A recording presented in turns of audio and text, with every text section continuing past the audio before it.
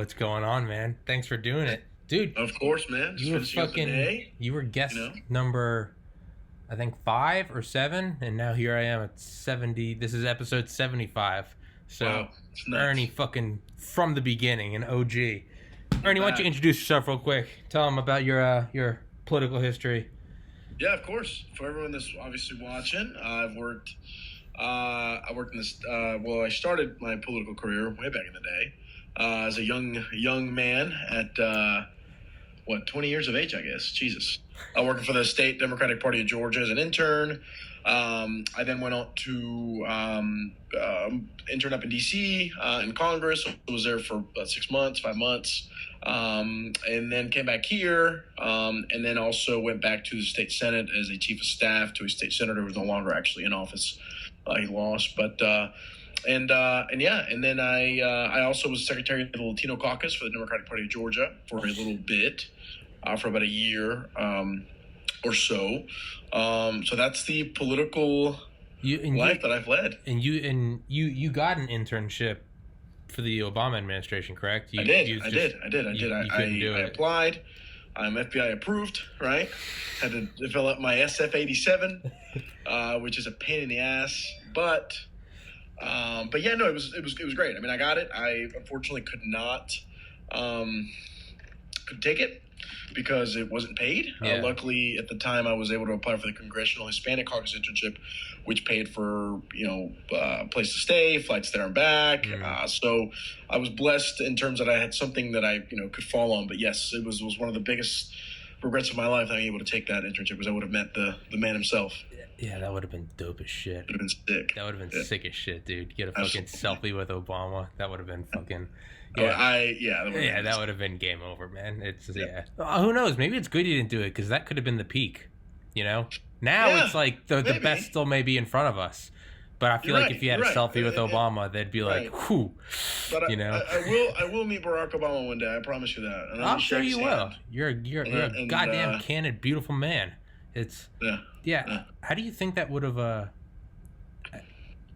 do you think that would have changed your path, or do you think it wouldn't have? Oh, I think it would have changed it tremendously. I probably would have stayed in D.C., honestly. Yeah. You think so? Because, working in the White House and then, and not that you don't make connections in Congress. I definitely did. I made a lot of very good connections, but it would have been different. I think I would have, because here's the thing about me, right? You got to remember this. I got into politics I really started caring when I was a senior in high school. Yeah. And it really was because of Obama, right? Because he just seemed such an honest, inspiring figure, a man who, by the way, I mean, you can't ignore the historic nature of his candidacy, right? I'm a minority. Yeah. Well, I was gonna say, speaking ability. Right. I mean, as a white middle upper class guy, he's the first. I mean, you know how conservative I am. I voted for him when I was 18. He was he had the JFK. He had the glow. Right. Motherfucker So could just speak. He could just to see someone who doesn't look like you, and I'm not African American, but I'm still a minority, and I still, we still go through a lot of very similar things, and so to see that reflected in the White House after 200 plus years, 236 some odd years of just a bunch of white dudes, and that's fine. I love white dudes. White dudes are great. Most of my friends are white, right? But I mean, it was inspiring. Right, it's inspiring because there's millions. I mean, just in America alone, there's 50 million Hispanic people, right? Yeah. I mean, there's another million, 30, 40 million. I think it's probably more. I think 60 million African Americans. So, right, I mean, that's millions, hundreds of millions of people, and so it's good to see that for once, out of 45 now presidents, at least one of them was different and represented a segment of the population that was never really represented at the highest levels of government. Yeah. Or at the highest level of government. Yeah, man. It's. So it probably would have changed my trajectory a lot. I probably would have ended up staying in DC and wouldn't be in business, which is what I do now. Yeah, but shoulda, coulda, woulda. You could very well have taken that and us be doing a podcast and you'd be sitting here just rubbing your temples like, dude, I can't believe I have 3 kids. I don't know how this happened. Why did I come up here? I got seduced by the idea of a selfie. Who knows, man? Who knows? Yeah, so you can't look at it like that, dude. It's, hey, man, all I know is just thinking of, like, the butterfly effect. I mean, Jesus, dude. I just think of, like, everything that's happened from, like, 2009, you and me, drinking lukewarm vodka out of a bottle, fucking and playing Mario Kart on like a 360p TV. Oh yeah. Yeah, dude, it's I still have that, by the way. I still have that console, by the way. Jesus Christ, still that's here. Beautiful. Although, for the first time in my entire history that I've had it, the picture's now black and white. Oh. Fucked up. Oh. Yeah. Which I hate. Oh. Still works. Yeah, but still it's black works. and white. Yeah, man. I think of that, dude. I think of that, and I always think about like, what if I had taken my acceptance to medical school, and like, shoulda, coulda, woulda. It's like, oh, well, I'd probably be making $200,000 a year. But then I also think of like, shit, man. For me, it was less going to medical school, and it was more that was indicative of me just wanting to like be successful in the eyes of society, without So if I had gone and done that, I think it would have manifested in other ways too, of just wanting to fit in. I probably would have got married. I probably would have kids, and eventually I'd probably reach the like where I am right now, 29, despite living above my parents' garage. I'm still like, I'm so happy I'm not in medical school. I'm so happy I'm not married. God, that would suck if I was $500,000 in debt and a physician with 3 kids going, oh no. Tommy, you're telling me it's like law school, man. I was going to go to law school. Yeah. You know what I mean? My plan was to, graduate college, take the LSAT, go to law school, use that degree because, a lot of these politicians are attorneys and right. And I'm so glad I didn't because you're absolutely right. Yeah. I would have been at least $100,000 in debt. Oh, yeah. Right. I would have spent 3 years of my prime where I could have been making money. Yeah. Which what I have done, putting myself in debt, studying, probably definitely living at home, obviously. Yeah. Oh, yeah. I wouldn't have had a choice. Yeah. So 100%. And I'll tell you, I didn't do it, and I was making what an attorney would have made coming out of law school within 2 years. Yeah. Matter of fact, I made more. Yeah. I'll tell you, in 2018, I made more than I would have made as an attorney for probably 15 years, right? Jesus. So, yeah. So, and that's why I tell everyone now, and I'll tell you, go do sales. Yeah. Shit, man. That's what my dad does. I'm telling you, it's unlimited potential, right? You've got a base, which is always amazing, but you can, if you work your ass off, if you're intelligent, if you just put the work, you will sell. I tell anyone on this planet, I don't care what it is you are selling. If you call enough people, there's 315 million people in this country, okay? Someone out there will buy what you're selling. Yeah. I promise you. Okay? I mean, you just got to do it. It's just a numbers game. You got to call. Yeah. You got to reach out. You got to be personable. It is. That's not hard to do. It's like Kellen, dude. I remember we used to, in Valdosta, everyone in PyCap used to be like, Tommy, you're going to make the most money. You're going to be a doctor. And I always used to say, like, no, I'm going to make a lot. But I was like, Kellen's going to make the most. They'd be like, Kellen? I'd be like, Kellen. They'd be like, dude, Kellen's got like a 1.5 GPA. I was like, Kellen can sell, Kellen can sell a ketchup popsicle to a woman in white gloves. And what the fuck is Kellen doing? Kellen's selling and making bank in LA. Yeah. So yeah, man, dude, my dad does sales. My dad came from bumblefuck to no longer bumblefuck. It's like Bill Burr. And he's like, let's say you're chasing your dream. He's like, you're living in your parents' house, or you just got broken up with, or you just lost your job. And he's like, and you're looking at all your friends, and you're in your late 20s, and they're married with kids, and you're like, oh my God, they're so successful, and I'm not. He's like, let me tell you something. All those guys laying in their big houses with their new cars and their wife and their kids, guess what? They're dreaming of that futon in their parents' house. They're dreaming of not being tied down, going, man, what if I just went for it? What if I just chased my dream? It'd be a couple of years of shit, but I could make it. He's like, so if you're on that futon in your parents' house, he's like, guess what? All your successful friends, he's like, they're beating off to that. So that's at least a lie. That's at least the lie I tell myself. And it's not to demean anyone, right? I mean, look, different folks take different paths, and there's nothing wrong with marriage, right? Yeah. My mom had me when she was 21, right? Yeah. And of course, I want to get married one day, right? I mean, that's, and I want to fall in love, and that's just, part of life, and it's beautiful, and everyone's different. But no, you're absolutely right. I mean, a lot of people think that way. A lot of people who or really what it is social media, right? Has created such a misconception of people because you only see the good parts on social media. You see the top 10. You see the Sports Center top 10. Right. You don't see the hundreds of hours of games and playoff games. You see one home run from Little League. You see a one-handed end zone catch. You see a three-pointer from 85 feet. But you don't see the 50, 60-minute games of just nothing. 100%. 100. Yeah, and I say all that half kiddingly. People, I know if I had gone to med school, I would be someone who would be looking at living in my parents' house and being like, that looks awesome. Most of my friends who are doctors and lawyers and have kids, and I'm sure they're listening to this going, what the fuck? No, I don't. Like, I'm balling out right now. I got the love of my life. I got a little whatever running around. I got a new Lexus. Fuck you, Tommy, you fucking prick. So that's probably the reality of it. But hey, that's the lie I tell myself. It helps me sleep better. So what is today, 8th? 9th? Today is the 8th, yes. No, the 9th. 9th. April 9th, 2020. Aside from coronavirus quarantine, so Bernie suspended his campaign last night. Yes, Biden's got finally. it. It's like I said, and as anyone that listens to this knows, I'm more conservative than not. But I really like to avoid talking politics with my conservative friends because nothing gets done. It's just like it's like when you and your friends that all like the same sports team, you're not actually learning anything or facing difficult arguments. You're just jerking each other off. We're the best. Tom Brady. You know, it's.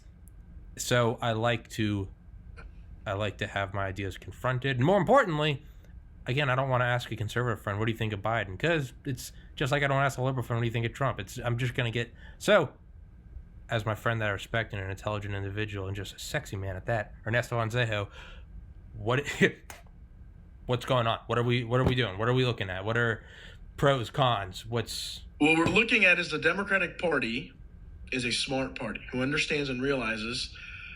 And, you know, and I say that generally, right? Yeah. Ultimately, the people who decide. And look, this is one thing that just, there's two things that have been bothering me tremendously over the last probably 3 or 2 months.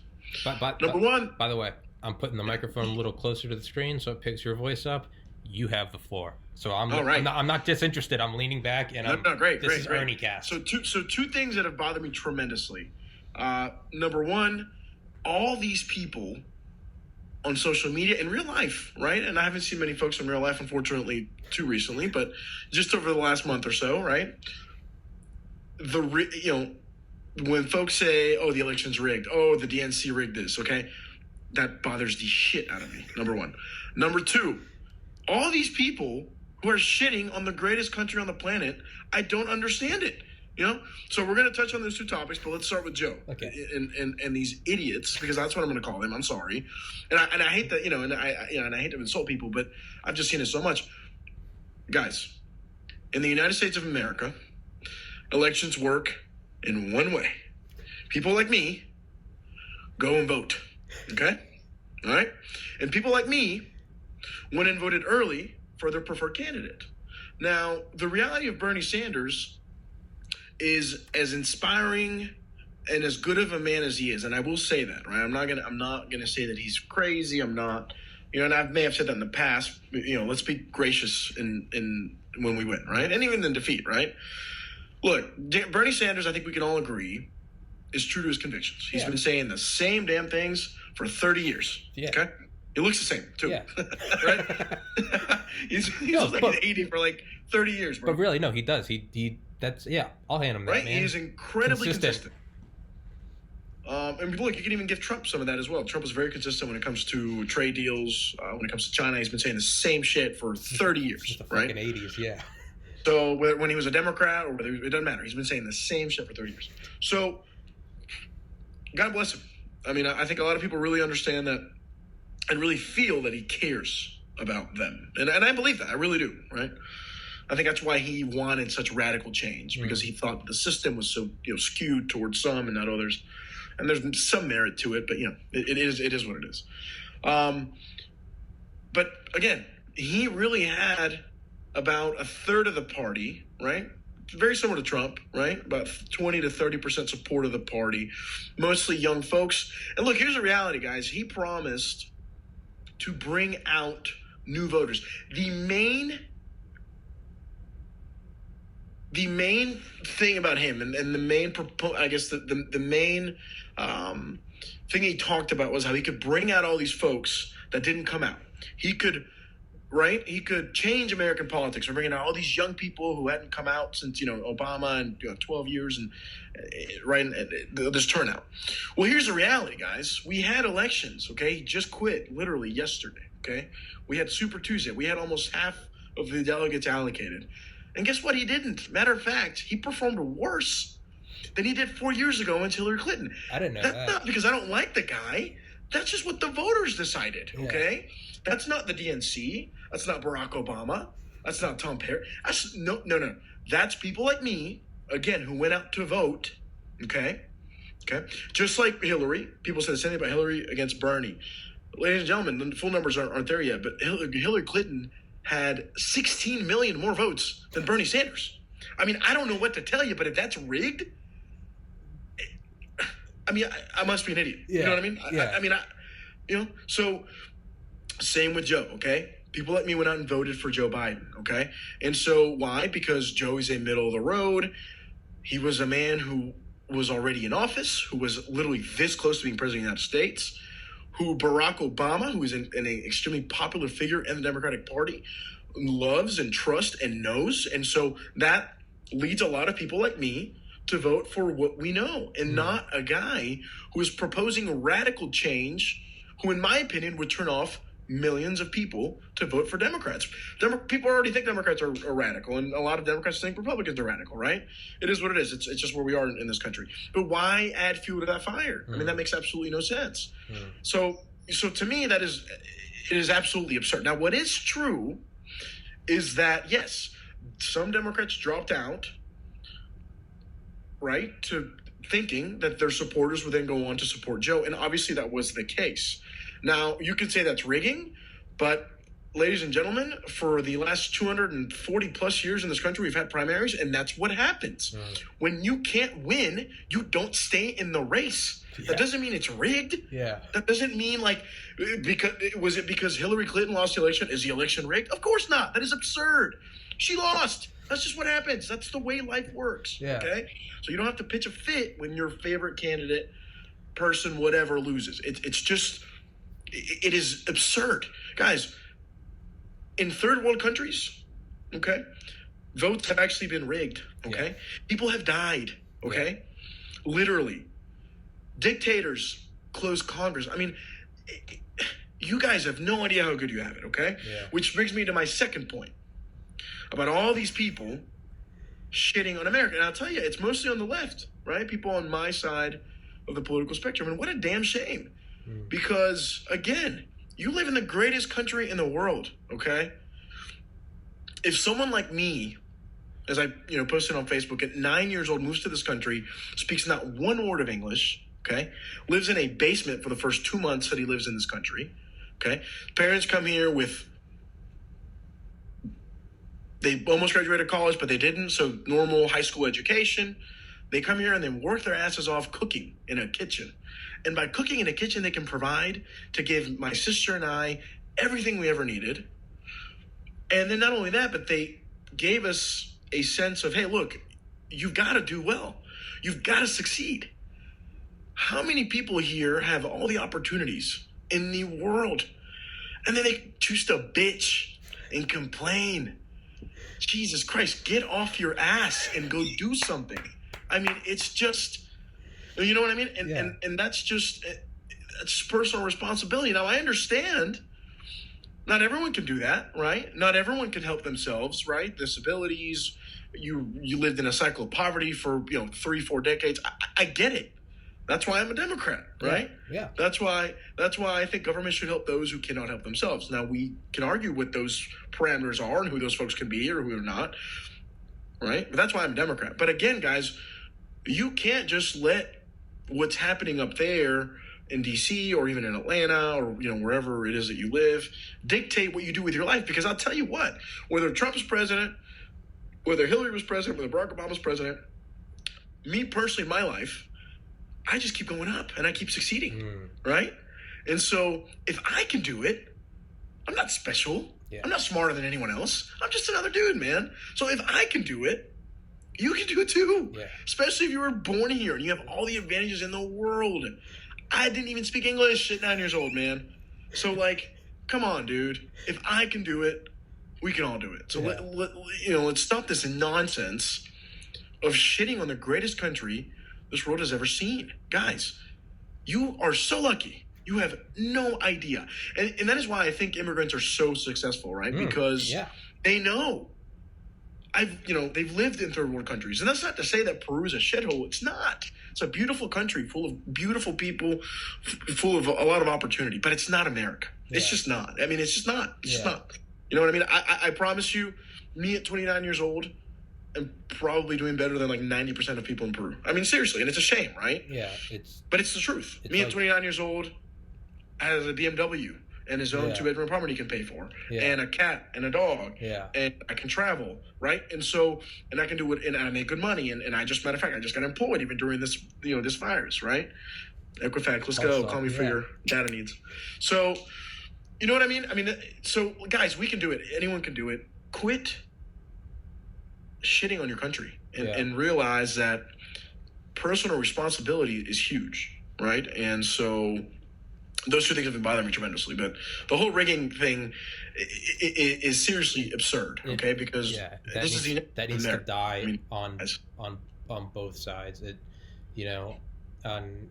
on Trump forums and Trump subreddits, it's always, oh, rigged again. Bernie got rigged again, and it's more so like stoking fires for the sake of being, like, and Tommy, sore winners. But it's Tommy, not just Donald Trump forums, Donald Trump himself. Yeah. It can't, which is a shame. It is. It's, hey man, I like him, but I'm not marching place for him. He's an idiot. But I digress. It's the whole idea of just, it's rigged. It's the most childish, it's no one say it until the election happened, because we can't say it's rigged if we win. We gotta hold. We lost. It was rigged. It was hold. And I'll tell you what, Tom Brady's cheating. Hold. I'll give you another example. Yeah. In Georgia. Democrats in Georgia, the last governor's race, right? For Stacey Abrams versus Governor Kemp. I voted for Stacey, right? I'm a Democrat. I wanted her to win. But I don't go around saying the election was rigged. And you know how many folks on the left think that? Because he was a Secretary of State while he ran for governor, right? Now, maybe he should have recused himself, obviously, right? That's the man who's actually overseeing the elections. But, come on, guys. I mean, Georgia is still a red state. It still leans right. Now, that's changing, but it's still there. And so it makes sense that the party who's been in control for 20 years continues to win. And maybe we should look at us. Okay, was Stacey the right candidate? Was she the right messenger, right? Was she the right person to appeal to all Georgians? Maybe she wasn't. She obviously wasn't. She lost the election. Yeah. You know what I mean? So, like, the one thing that always burns me, and I believe you posted this, and it was in 2016, and it was not even of the population of the United States, so not including under 18 and not including felons. It was an infographic. It was from the government. It was I don't know where it was from, but it might have been from the Census Bureau. I don't know, but it was of the voting eligible age population. 27% voted. 27. So it doesn't even matter. 100 million people didn't even vote last election. Yeah, so it's 100 million people. If those people were to vote, they would change American politics forever. It gets to a point where it's like, it's not even like, oh, we need to switch up our candidate because we're not winning. It's like, no, like, what you have is working. Your car is broken. Don't go get a new car. There are some wires disconnected on the battery. Oh, this one works fine. 27%. So I'm glad you said that. Didn't vote. I'm glad you said that. Look at Georgia. Georgia's a beautiful example, okay? Yeah. I don't remember the exact numbers. I'm not going to look them up right now, but I know Romney beat Obama in 2012 here in Georgia by, I think, around 200,000 votes, 250,000 votes. Trump, even less with Hillary. I think it was about 200, maybe 170, 180. Here's the reality, okay? Let's talk about groups who vote 70 to 90% Democratic just in Georgia, okay? 500,000 African Americans didn't even vote. In Georgia, if 80% of them, which is actually 90% of them, vote Democrat, go vote, Democrats win every election for the next 15 years. Yeah. That's just African Americans.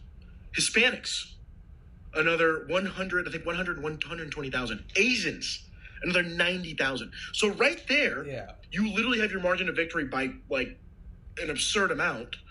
But you're right. Either people don't care, either people are just disillusioned with the party, so they don't identify, right, with the Democratic Party or the Republican Party. Or I don't know, man. They just don't care. You know what it's like? I remember my dad would always say this when he'd come to like middle school basketball games. This is like free throws. He'd be like, you can't argue that the refs were biased if you lost by 5 points, but you guys missed 15 free throws. They were free. You just have to practice them in your driveway.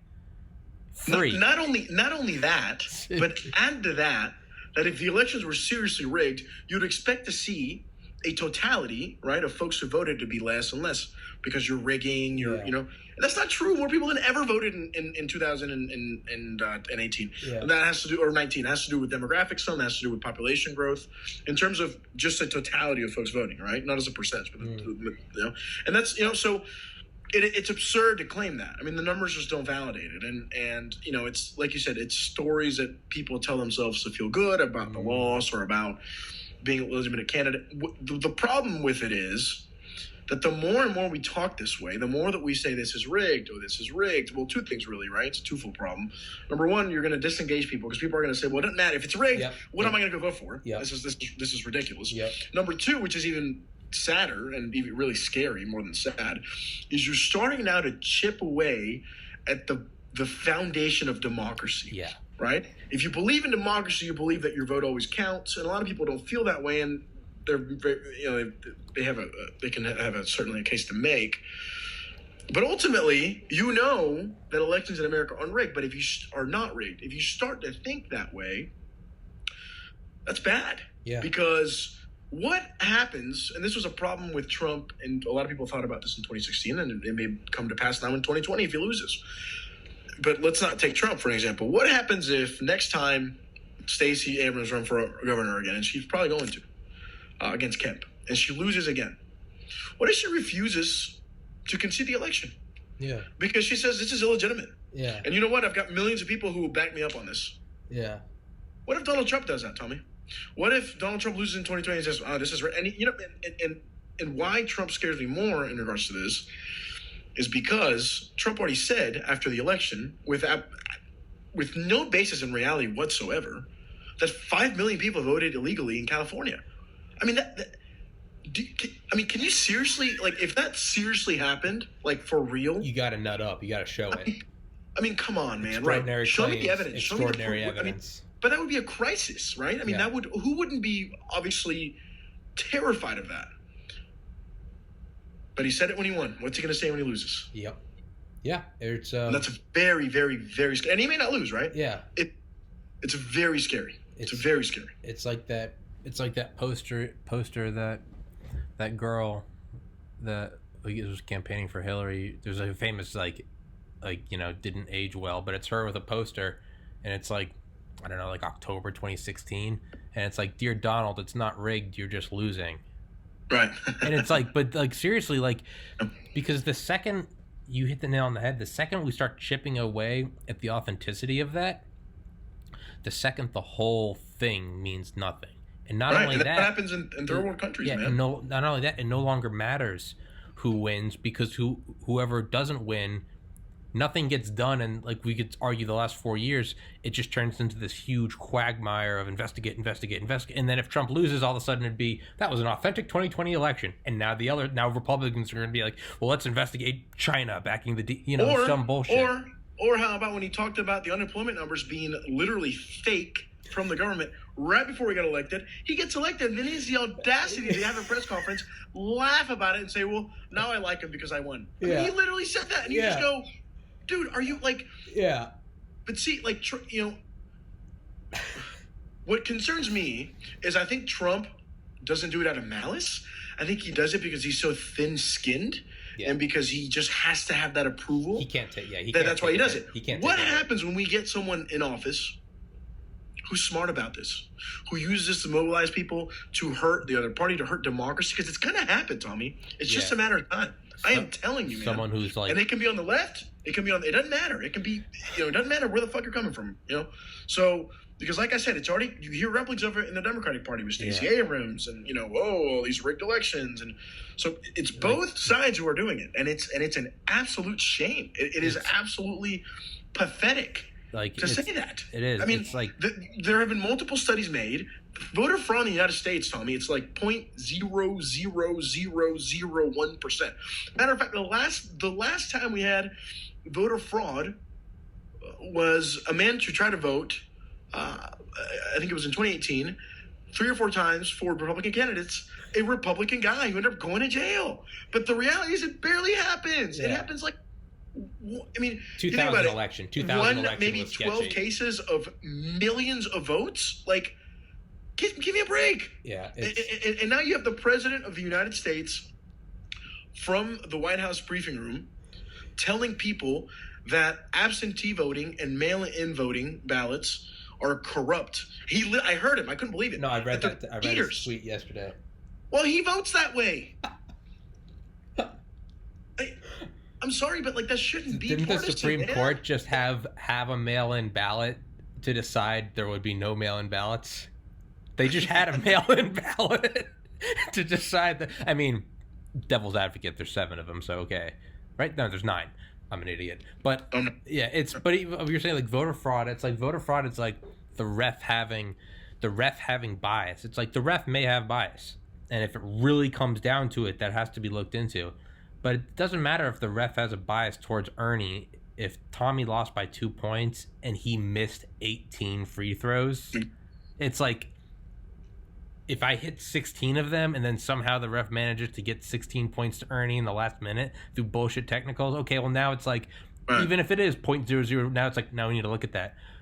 But when 73% of the voting eligible population, 73%, doesn't vote, your argument means nothing.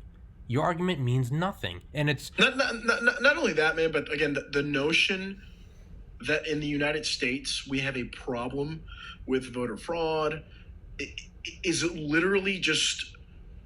I mean, the data just doesn't... I mean, it's the most ridiculous... Like, there's nothing that indicates that. Like, nothing, man. Like, literally, there just isn't. Yeah. And so if you're going to make extraordinary claims, you got to have extraordinary proof. Yeah. I mean... Okay? Yeah. And so, again, when both parties do it, because they both do it. Yeah, which is why it's so fucking dangerous. Right? But it's a little different when the president of the United States says that. Yeah. Because, again, what he says and how he says it carries a lot of weight, and a lot of people will only listen to what he says and will take that as the truth. Yep. And it doesn't matter because, and then once they take what he says as the truth, doesn't matter whether CNN or New York Times or Washington Post all debunk. It doesn't matter because they're fake news. Yeah, it's very easy to. That's fake news. It's, and it's and not only does the idea of rigging get dangerous because it chips away at the facade, but it's also you start to get misplaced violent intent. Like, I like Trump. Crucify me. If Trump loses, guess what? Biden's my president. And you know what? I hope he's the best fucking president ever. Because it's me and my buddy Tony, who's a firefighter during 9/11, talked about this the other day. We're like, the president's the pilot, and we're all on the 747 together. Now, you may not like the destination. We're going to LA, you'd rather us go to Seattle. We're going from east to west. Hey, I want you to go left, you're going more right, whatever. By all means, argue. That's what's beautiful is we can argue, we can vote, whatever. But when 4 of the engines are flaming, you don't go, hey, fuck this pilot, watch this, told you so, we're about to hit that granite mountainside at 600 miles an hour. You're all dead. So right. It's, if Biden wins, I'm not gonna, I hope he makes me eat my fucking words, and I hope he's the best ever, and whoever's after him, I hope they're the best ever. It's and that's exactly how I felt about Trump, right? And you always post that, and that's what I always like. You're like, hey, I don't like, but the one that always stuck out to me was the North Korea post. This was like 2018. You're like, everyone that's wishing that he fails, you're like, yo, nuclear weapons affect the planet. You're like, it's called global thermonuclear war ever. So you're I said the same thing about that was your when post. He elected. Yeah, I wrote a very nice post, and I said, look, I didn't want him to win. Yeah, I think he's not the right choice at all for America. I think, he lies a lot. I think he doesn't understand government. I think he's in it for himself. He's a douche. But he's the president, man. So what can I do about it? Nothing. Yeah, it has nothing to do with him. You don't have to say, well, I hope he wins. It's not even like respect for him. And shit, I'll go so far as to say you don't even have to go with the whole respect the office. I get it. You don't want to. At the very least, respect your own self-interest. And yes, he may be the one that you do not like and the one that you hate.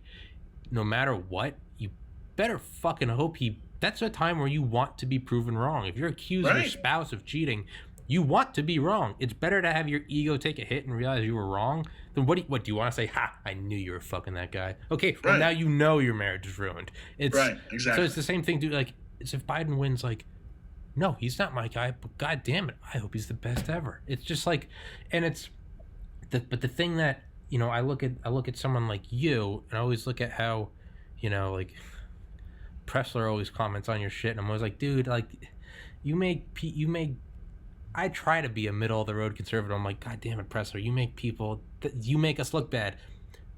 But for, you know, everyone like him, there's a far left leftist, and then there's you, who it's you could get away with whatever you want to say because you're an immigrant, because your parents came from there.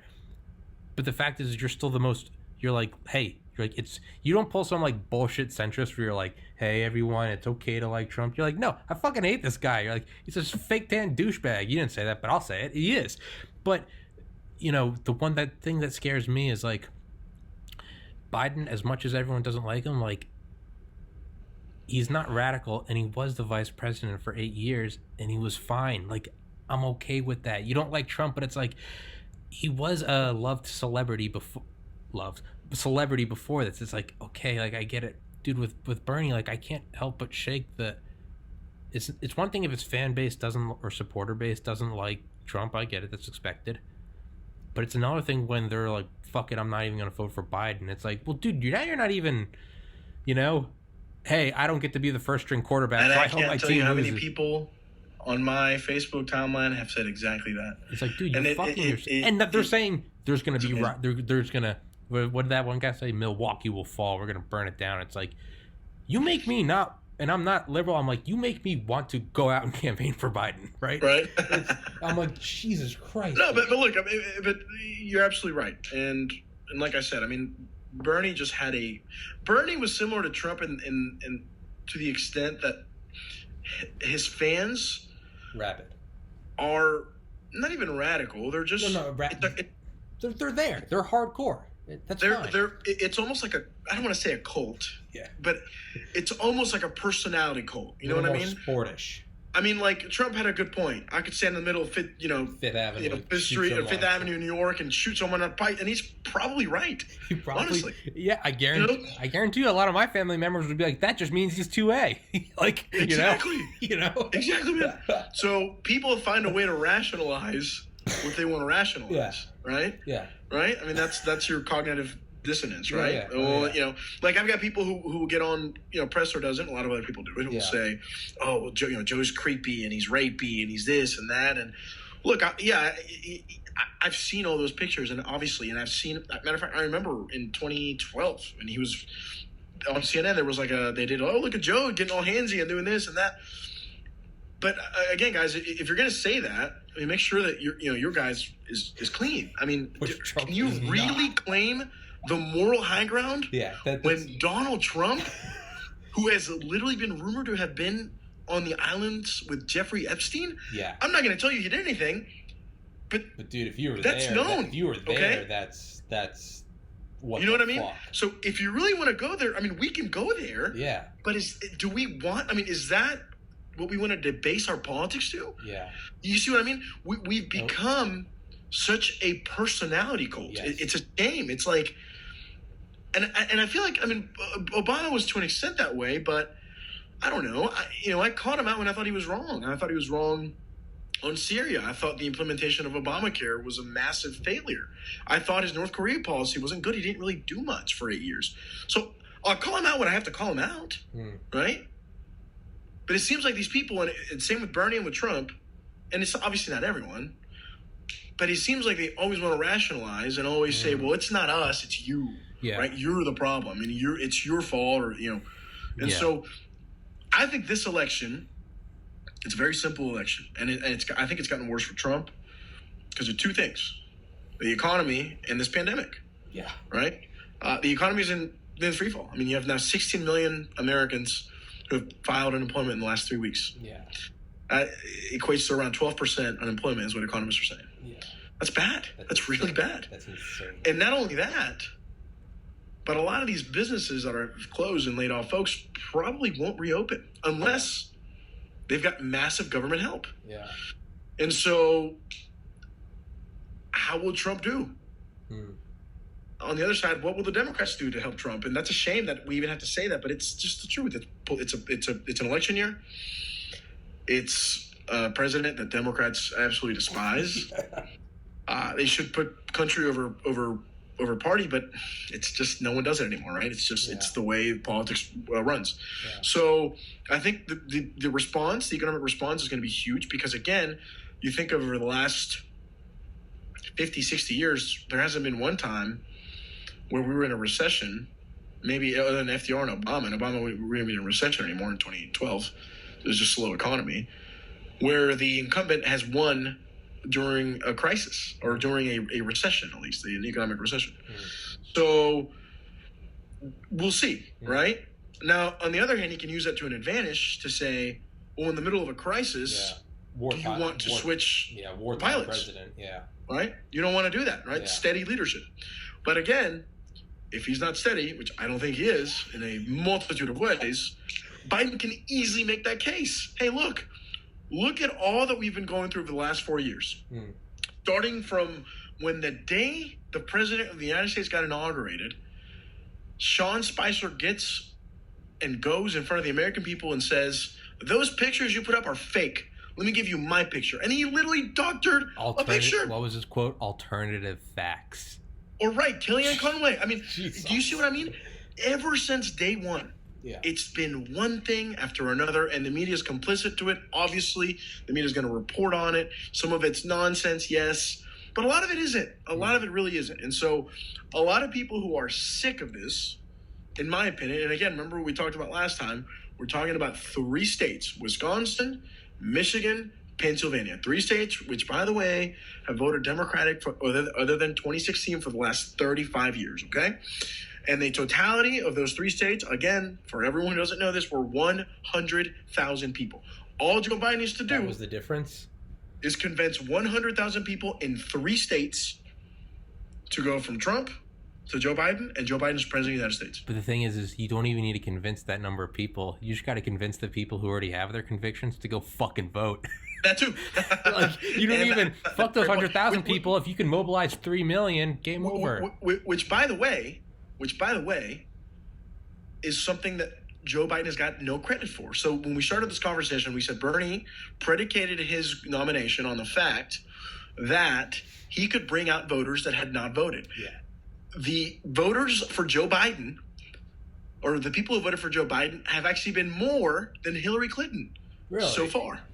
So Joe Biden is actually turning out voters, at least Democratic voters, right? It's a primary, so it's not general. But that speaks to something. What does that speak to? Democratic voters are energized.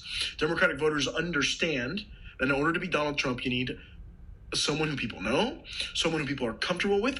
Who better than the vice president to the most popular Democratic administration since FDR? Who can speak like JFK? That's the thing. Who better than literally Obama's one of his best friends who can get him out to come out and stump for him? Yeah, it's going to be a referendum, right, on Trump, but it's also going to be a choice between the Obama legacy and the Trump legacy he's building, right? Yeah. And so I don't know. I'm confident, but I'm not going to make predictions. Again, I was very wrong in 2016. I don't want to be wrong ever again. No one and that's does. what's going to happen again. That's a stupid thing to say. That's where the podcast will bite you in the ass. Right? There's a podcast of me in January going, dude, I just talked to some guy saying coronavirus is coming to California. There's literally me saying, like, looking in the camera and being like, no, it's not. So, I can't take that down. I don't know, do I want to? But I was going to say, that's the thing, man, is like, even at the most core of that, the reality is Biden is, for, just speaking from conservatives and, largely conservative family and friend group, it will not have conservative friends, I'd say probably down the middle. Biden's a lot less, to lack of a better word, scary. It's almost like Hillary was less, because it's like, yeah, but it's still like, as much as you can hate her and whatever, it's like the reality is like it's almost like she's been in politics for so long. It's almost just like, okay, this will almost be like a, I don't like it, but I'll survive kind of thing. That's what Biden is. It's like, I want to see Trump win, I do, but I'm like, I do, if Biden's president, it's just like, yeah, okay, well, all right, I'll get behind that. I have to. It's right. I would still, if he won, I would say Bernie is my president, but that's a lot more like, oh, this is some radical shit. Biden's a lot less. Look, I mean, Biden's less scary, if you will. Let's just say what it is. He's a rich. Look, Bernie. I was gonna say, Biden's a lot less scary. Let's just say it like it is. It's because he's another old rich white guy. Honestly, say what it is. That's gonna be why he's a lot less scary to a ton of Republicans, because it's gonna be like, he's kind of he's not the 1%. It's not the crazy Jesus guy, right? Sorry to interrupt. Right. No, it's true. I mean, look, Bernie had some really good ideas, right? I mean, but the problem with Bernie is Bernie, I think fundamentally to his core, doesn't believe in capitalism. Okay? Yeah, that's the problem with Bernie, right? Yeah. So in pursuit of that goal, in pursuit of changing the system to a more equitable, just society, right, you're going to hurt thousands of big businesses, small businesses, right? You're going to probably have policies that are going to hurt a lot of people, layoffs, whatever the case may be. And that's why, I voted for for Joe. That's why I voted for Hillary, obviously, in 2016 and Obama in 2012. I couldn't vote before I wasn't a citizen. Yeah. Because I fundamentally believe these people understood that capitalism works, that capitalism is the most efficient way to allocate resources. Now, all of that being said, it's not perfect, and that's why we're Democrats, right? Because we believe that the government should step in. So again, healthcare is a huge place where the marketplace has obviously failed millions of people. You're seeing it right now. I just told you those unemployment numbers. Yeah. Now, maybe not all those folks had insurance, but 85% of people on insurance have had through their employer. So those people just lost insurance. Right? And so what's the solution to the 21st century? The solution, for me, that's too radical would be a Medicare for all, ban private health care. I mean, that's absurd. It would be a massive disruption. If Obamacare, that only added about 15 million, 60 million people under the rules, was a disruptor, imagine scrapping the whole system, right? I mean, that would be, it would just be asinine. It would take probably a decade to really get, it would be absurd, right? So again, the Joe Biden plan is, let's just have a Medicare option or a public option for those to enroll in who want to enroll in it, for those who need it, right? Yeah. Right? Competition, right? Yeah. Now, it's obviously government, and it's obviously the government's always going to win because it's free as opposed to But I'll tell you what, someone like me would probably not opt to go for that option as opposed to being on my healthcare with Equifax, right? Because why would I? It works for me. Versus 9-year-old you, though. I don't mind paying premiums, right? Versus 9-year-old Ernie, who just came here with his parents. That's absolutely, and I'm with you on that.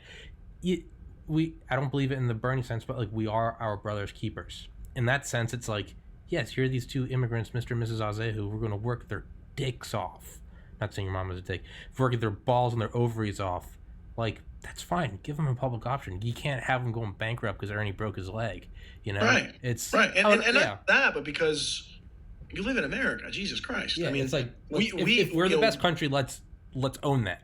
Let me tell you something. If all of Europe can do it, and this is what Bernie says all the time, right? Yeah, if Peru can do it, I'm not talking about an entire change. I'm talking about just give folks another option. Yeah. Give them the Medicare option. And if they want it, if it's superior, if it's better, then people will go there. Yeah. If they don't, then they won't. And you know what? Those who have insurance will be good to go. Yeah. And those who need it will go seek it. And that's the way it should work. Yeah, like we have public schools. You can nut up and be like, hey, I can afford it. I'm sending my kids to St. Pius, a nice Catholic high school. Go for it. Every friend I have is wildly successful. But if you don't, it shouldn't be private Catholic high school or bust. It should be like, all right, you can go to public school. Exactly. A lot of my friends from Lakeside are doctors. They're fine. And not just, and that's not just to say just for the sake of it. I mean, it's because in healthcare, I mean, it really has failed a lot of people. I think I gave you some of these statistics last time, but the number one cause of bankruptcy in this country, healthcare costs. Of those who declare bankruptcy, 65% of them had healthcare insurance already. So, I mean, that's not a fair bargain, right? Now, that is no longer the case anymore as much because of Obamacare. Now there's no more lifetime caps, right? There's a lot of things that consumers now have they didn't before. And see, that's why I'm a Democrat, because that's when the government can do some good. Now, the problem is, I think Democrats aren't good at telling people this and communicating the message, because now they have these protections that now no one wants taken away. Not even the Republicans. Yeah. But who fought to get those rights in place in the first, I mean, that was Barack Obama and Joe Biden, who happens to run for president of the United States in 2020. And that's why he's my guy. Government money's bad. $1,200 coronavirus check. I just filled out that paperwork the other day. It's hey man, hey, I want that. It's the same. And I meant to talk. This is completely kind of out of turn now. It's not even relevant to what we're talking about. But I meant to say it earlier. People don't like to step out of line within their own party, dude. I'm the first. I always point this out to my family. I'm like, hey, like red flag laws or getting rid of bump stocks. If Obama did that, we'd be in the streets. Because it's Trump, though. There's cognitive dissonance in action. I could see it in myself where I was fucking %. Yeah, that's where I saw it in myself. I remember when that happened. I was like, hey, I remember seeing it, and like when I first heard about it, I was like, well, it's right after the Las Vegas shooting. I was like, it's probably good. And I was just like, I stepped back, almost in like a meditative sense, and like observed my thought process. And I was like, if this was Obama, I'd be going, you fucking fascist, you communist. If this was Bernie, I'd be fucking grabbing the torches and pitchforks. But because it's Trump, it's like, well, it's probably best. And I remember stopping and I went, fuck no. And I was just like, no. Like, you got to draw the line. It's the same thing. It's the same thing with the debt that we discussed last time, right? It's the exact. I mean, remember this, man. Trump spending. We were in the midst of the worst economic crisis ever, right? The Great Depression. And what did we have to do? What did Keynesian economics tells you to do? You spend, you give people money, 70% of GDP is consumer spending, so that you can get out of that lull, so you can create demand, get the, rev the engine, right? Yeah. And so, right, in order to do that, you've got to go into debt. No shit. Because the United States has been going into debt for 200 plus years, and we have no reserves. And so you got to go into debt. And you know what? We have that flexibility. We can do it. We still hold the reserve currency of the world. We run the world institutions. So we're fine, okay? So again, when Donald Trump comes into office and he blows up the deficit, I mean, you remember what happened? People were taking to the streets, the Tea Party. Yeah. Oh, our country's going bankrupt. And now it's higher than ever. Deficits are higher than they ever were in the Obama years. And I don't see anyone riding on the streets. Yeah. Where are all those Tea Party guys? Yeah. What happened to them? Hey, I'm the number one. I'm guilty of it. It wasn't until like 2 weeks ago that I realized just how I was like, wait, I literally didn't even know it. That's how effective my cognitive dissonance was. It was literally telling me, it's like when you go into shock or you like blot out like a traumatic memory. My brain's literally like, no, not Trump.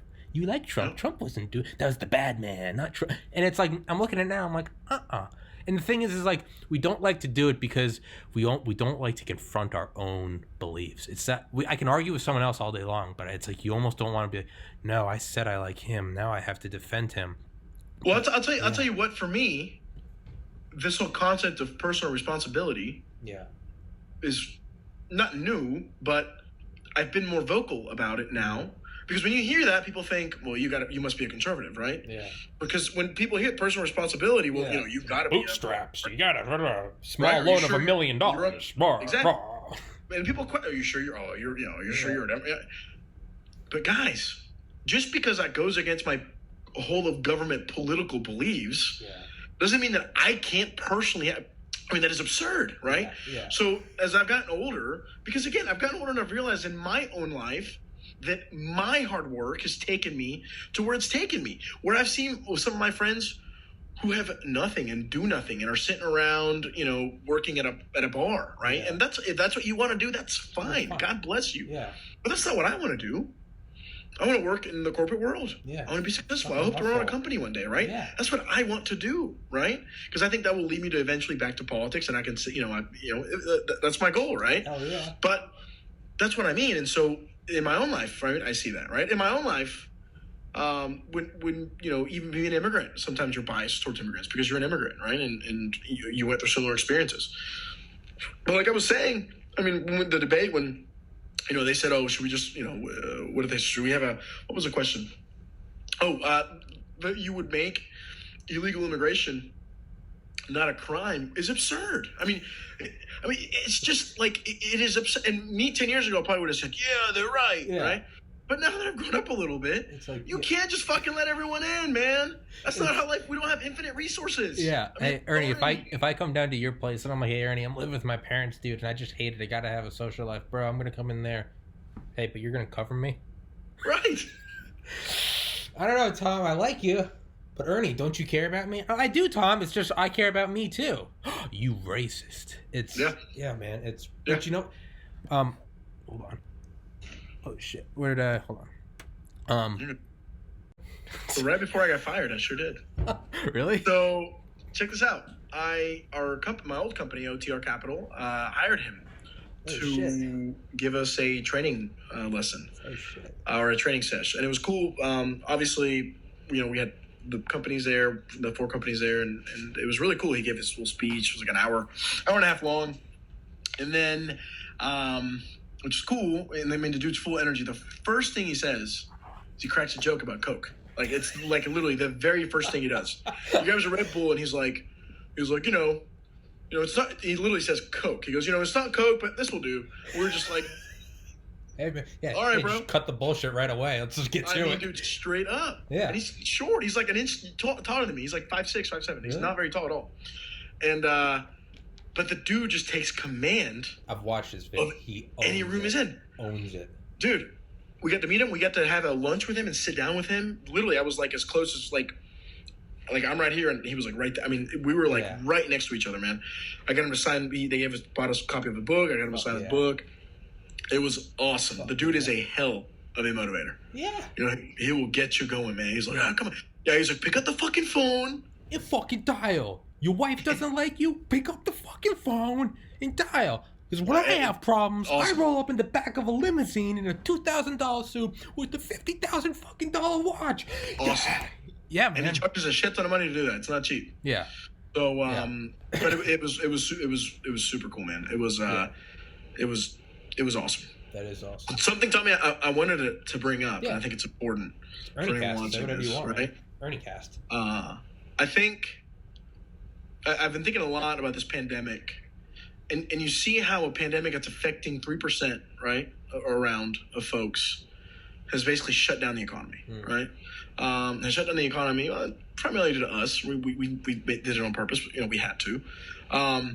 But you see what it's doing, right, to America. There's no toilet paper. Okay, I read an article yesterday. Why is that? It's not because people are hoarding toilet paper.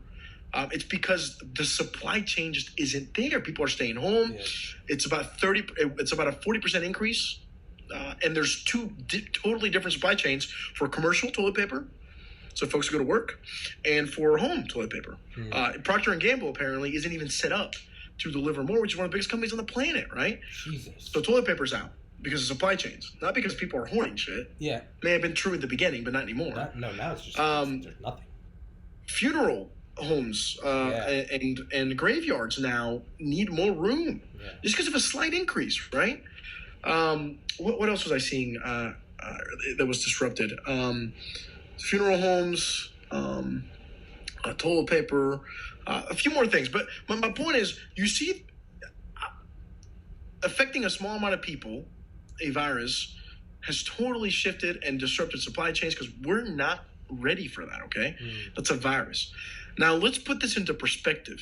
And this is something that will go away. What happens, and it's already happening, when the planet warms those extra 3 to 5 degrees, that hasn't happened for literally millions of years. We're seeing what happens when a virus that is a new virus comes. Look at how it affects our lives. Yeah. And it's going to go away. It's just a matter of time. The climate changing isn't going to go away. And the planet warming isn't going to go away. Yeah. How many disruptions is that going to bring upon not just America, but the world? Yeah, I've been thinking about that a lot lately. Yeah, and it's fucking scary. That's when every press conference you see when that happens, they're all going to be from undisclosed locations and bunkers. Because there ain't no coming back from that. And it's... At all. Yeah, and it's almost like we saw how, it's even like I was saying, the coronavirus. It's like, oh, that's in China, and then it's, oh yeah, I know it's here, but it's almost like it's not until it's knocking on your doorstep, and it's literally like, no, you're not allowed to leave. Like, you guys can't go anywhere. It's almost like it doesn't matter if it's on the TV. It's not until it's like my own body. Now I can't get in my car and go somewhere. That I'm like, most okay, perfect it's example here. To me was when people started taking it seriously. I didn't even take it that serious. March Madness was when sports got canceled. March Madness, dude. It was like, like, okay, what? And people were like, wait, what the fuck? Is this for real? Yeah. So that to me is terrifying. Yeah. And the only person in this country, or not the only person, but the only candidate running for president who even gives a shit is Joe Biden. Really? I mean, he just is. You know what I mean? And to me, that is fundamentally such a threat to humanity. That just based on that, I mean, I cannot in good conscience vote for Donald Trump. Yeah. I just can't. That's fine. Yeah, it's. But yeah, I was gonna say, what I like talking to you though is like, because you and I always go into I mean, not only good friends, but also we're not coming in here to like sharpening the swords and I'm gonna prove him wrong. I know that I'm never gonna convince you otherwise, and I know you're never gonna convince me otherwise. Right. So, and we're not even trying to convince each other otherwise. And because we sort of come in sort of weapons down, it's when I talk to you, like it almost takes away all quote worry. Like if Biden won, it'd be like, because when I hear you talking to someone I know, and it's like, oh, I don't know how to explain it, but it's almost like, yeah, it's like, oh wait, this isn't the big bad boogeyman. It's almost like it's better to. It's like normally you want your guy to win and you're terrified of the other guy winning. Now it's more so like, I'd like to see my guy win, but if he doesn't, hey, we'll get him next time. It's that. Well, look, and same thing with Trump, right? I mean, of course, I think he's wrong for this country in so many ways. Yeah. Right? But like I just told you, even if he does win, I'm going to be fine. I promise you that. Yeah. You know what I mean? Yeah. So it's not going to affect me. Now, it may, as I've been saying and discussing, right, it may chip away at some of the foundations of democracy. We may not make any progress at all in climate change. And those are issues that will ultimately affect all of us. Yeah. Right? No matter who you are. And it will, the bill will come due at some point. But, I mean, ultimately it's a shame, but it's true, right? And this is probably why we don't handle our problems the way we should. Human beings are very, set up for very short reward. Hey, I'm only looking in the next few weeks. Yeah. I'm not looking exactly, very small windows. I'm not looking at 20, 30, 40 years on the road. And especially government isn't doing that. Yeah. Because there's no incentive for them to, right? For them, it's, I've got to win the next election. Because if I don't, then I'm not even going to be able to do what I want to do. Yeah. It's and so, and how do we get out of that? I don't know. I think we talked about this last time about term limits. I think people in the House should have 4 years so that they do have those 2 years to actually legislate and not just have 1 year and then go back to campaigning the next whole year. Fuck that. Just give them one fucking, and obviously this is my dumbass talking, just give them one 10-year block. Just give them 10 years and you can't run again. Fuck off. Just go in and stop campaigning. Just fuck off. You get 10 years. Go for it. You're a lame duck the second you get in. Just go for it. Exactly what you mean. Yeah. But no, you're right, man. I mean, so just the dialogue, man. It's a shame because everyone just attacks each other, right? I mean, so like you're saying, I'll post something on Facebook, and I know I'm gonna have 5 to 10 people just tell me I'm an idiot, or I'm a liberal, you communist, you ain't American, Trump 2020. Yeah, I'm like, no matter how valid my points are, doesn't matter what it is. True, it doesn't matter. You know that when you say certain things or certain words, or you sound like a liberal, and look, and same thing it goes when I sound like a Republican or a conservative. I praise Trump, or when I talk about personal responsibility. I'll have people who will tell me, dude, you're an idiot on the left, and people on the right, oh, this is great. You sure you're not a Republican, man? You're coming along, man. Oh, yeah. You know what I mean? Yeah, it's this. Yeah, I've seen you post shit about soccer. And people feel like, I've seen like press, I think it was like It was something weird. I don't know why I remember. I know exactly what you're talking about. It was when I was on a bachelor trip in Miami, and I posted because I was in an Uber, and this guy said that Lionel Messi was not the greatest player of all time. He's absurd. Not only did he not say that, but he also said that no one would remember who he is in 20 years. And I was like, dude, you're a fucking idiot. I couldn't believe it. Yeah. So, I do what I do best, and I go to Facebook, and I'm like, can you guys believe this? What an idiot. And President started talking about Trump, and I'm like, I literally was like, bro, fuck off. I saw that, and I was literally like, I mean, it was like, Jesus Christ. That's not the kind of person I am at all. It was like, leave it at the door. There comes a point where you're like, dude, I don't want to talk about politics right now. But that's indicative. That's indicative of the system. So that's not just like a funny meme. That's like, but that's indicative if like you're on a bachelor trip and you're like, hey, this asshole said, whatever about Lionel Messi, and it comes to Trump. But I mean, is that not a microcosm of like, hey, I've got this bill I want to pass to an X, Y, and Z. All right, I heard you like Trump. Fuck that Nazi. And it's like, no, this is for like a YMCA in Atlanta. I was thinking that, as like a new state senator, Tommy Kerrigan. Nope, Trump, fucker, and everyone's what an idiot. And it's like, what? But that is a microcosm of how it works. It's.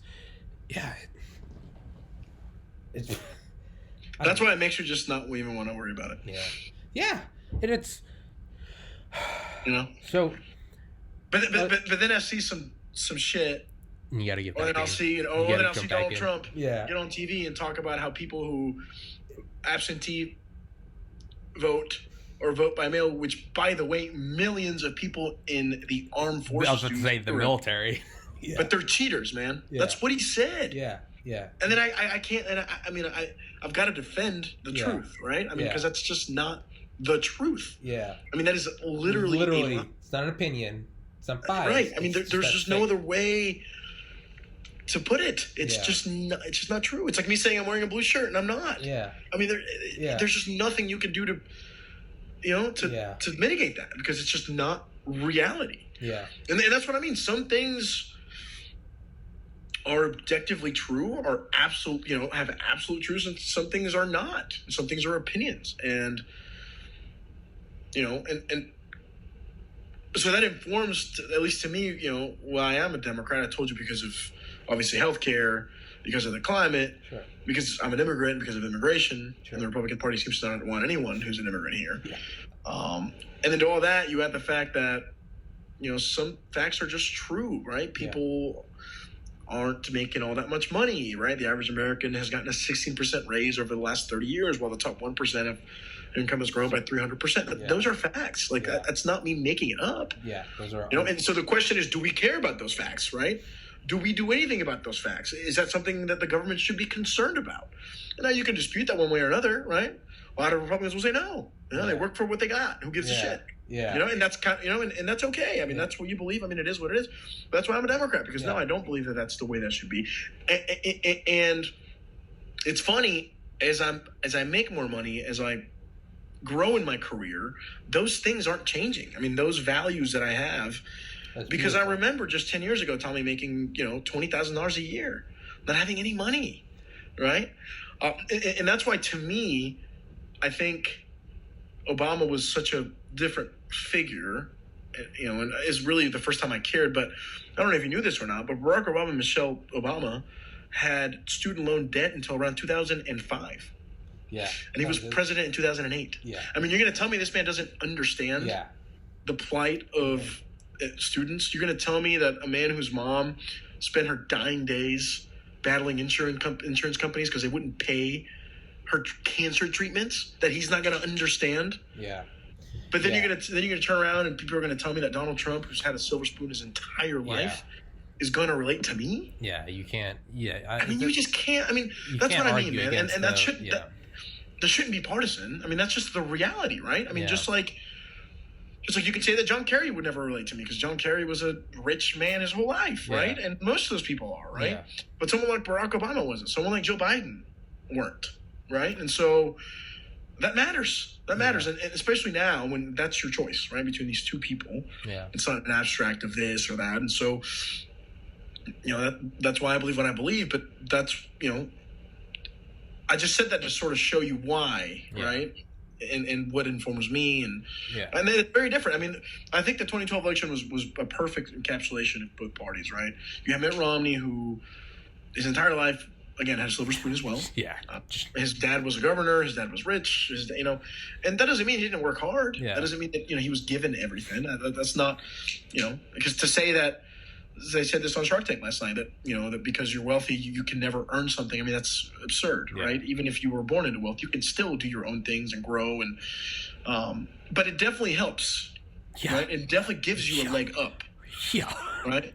As opposed to Barack Obama, who, as I just told you, is a man who never had his father around, a man whose father was an immigrant, a man who, again, had to put himself in debt, a man who saw his mom go through all those tribulations, a man who was in the community. I mean, you cannot tell me that those are the same worlds. They're just not. No, in any way, shape, or form. And it's not to say that Romney was a bad guy, or to say that Trump's a bad guy, although I could argue that, but we won't get into that now. But or Bush, for example, right? I just say that because it really does. It really is two very different Americas, right?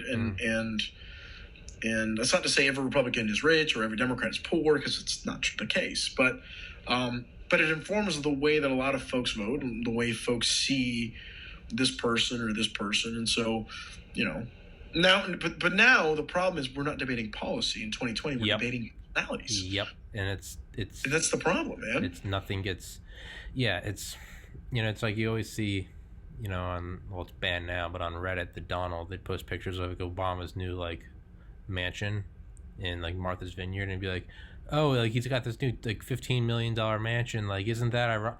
Now it's just like, wouldn't you use this argument? Let's just say you're like this diehard Trumper, like, wouldn't you use this as like an argument, like, yeah, see capitalism, instead of being like, oh, you hypocrite? Wouldn't you be like, hey, look, isn't it awesome that you can go from having debt in 2005 to being the president and then making, like, well, you got a big book deal.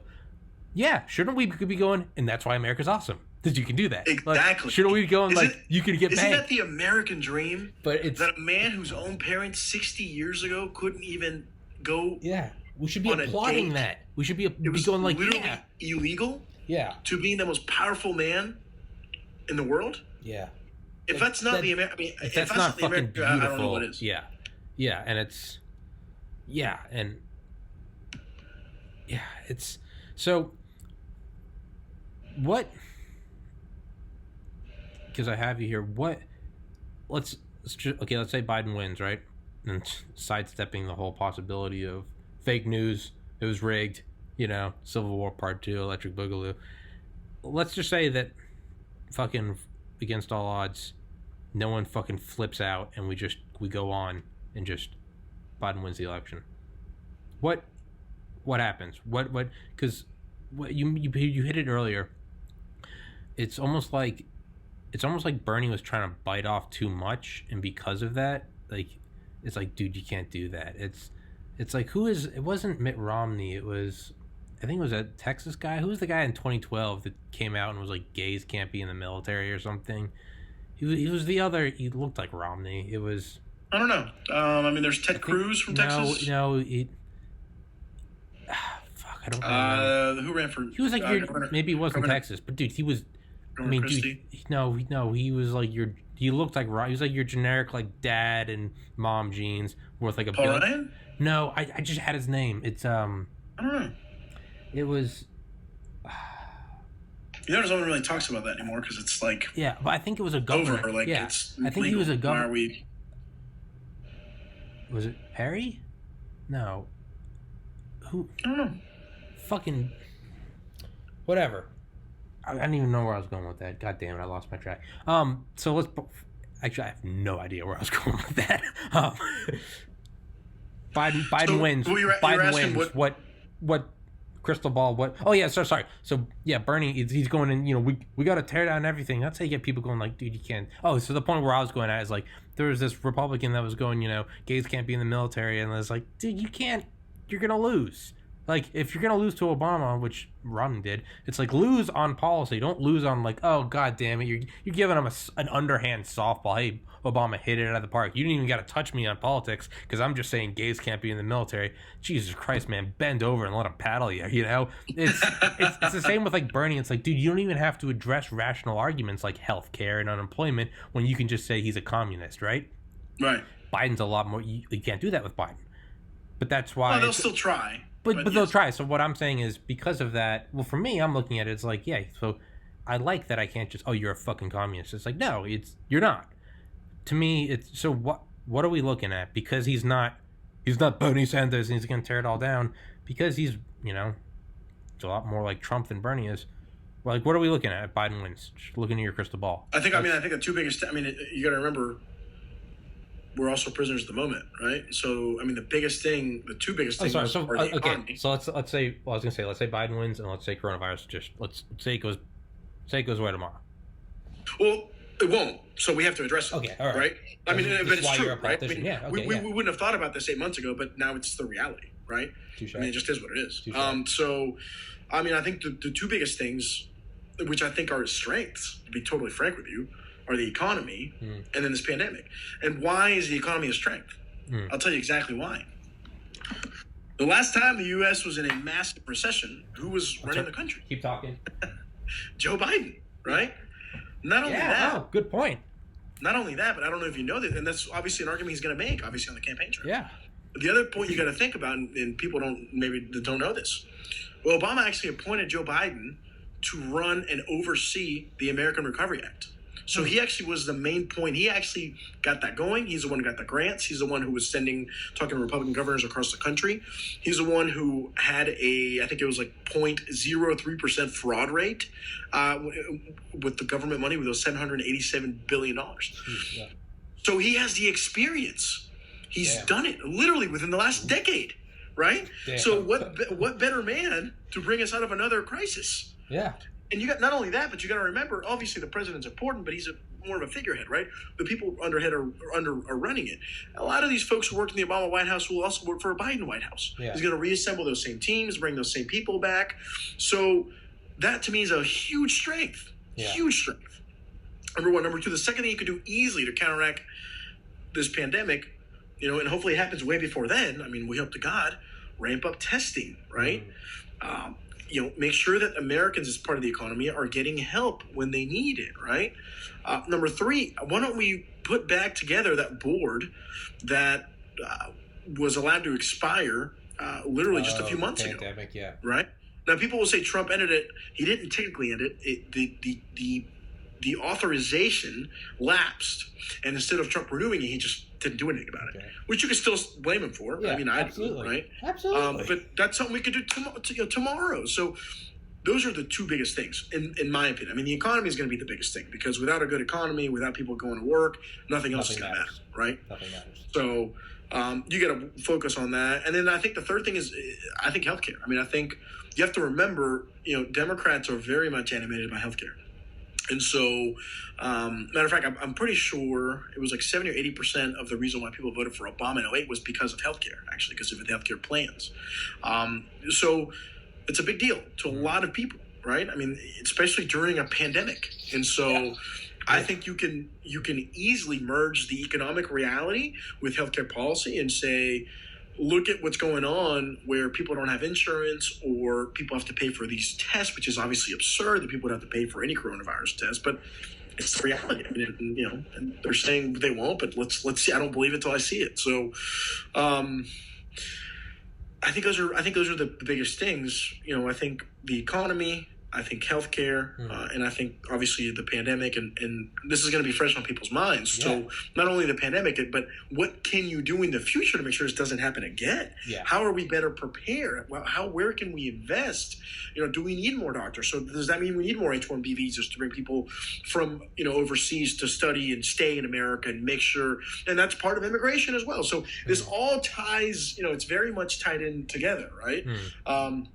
I want to say immigration. I don't think there'll be political appetite for it, and I think it's a shame because now, Well, coronavirus is doing Trump's job for him, or carrying out Trump's agenda for him.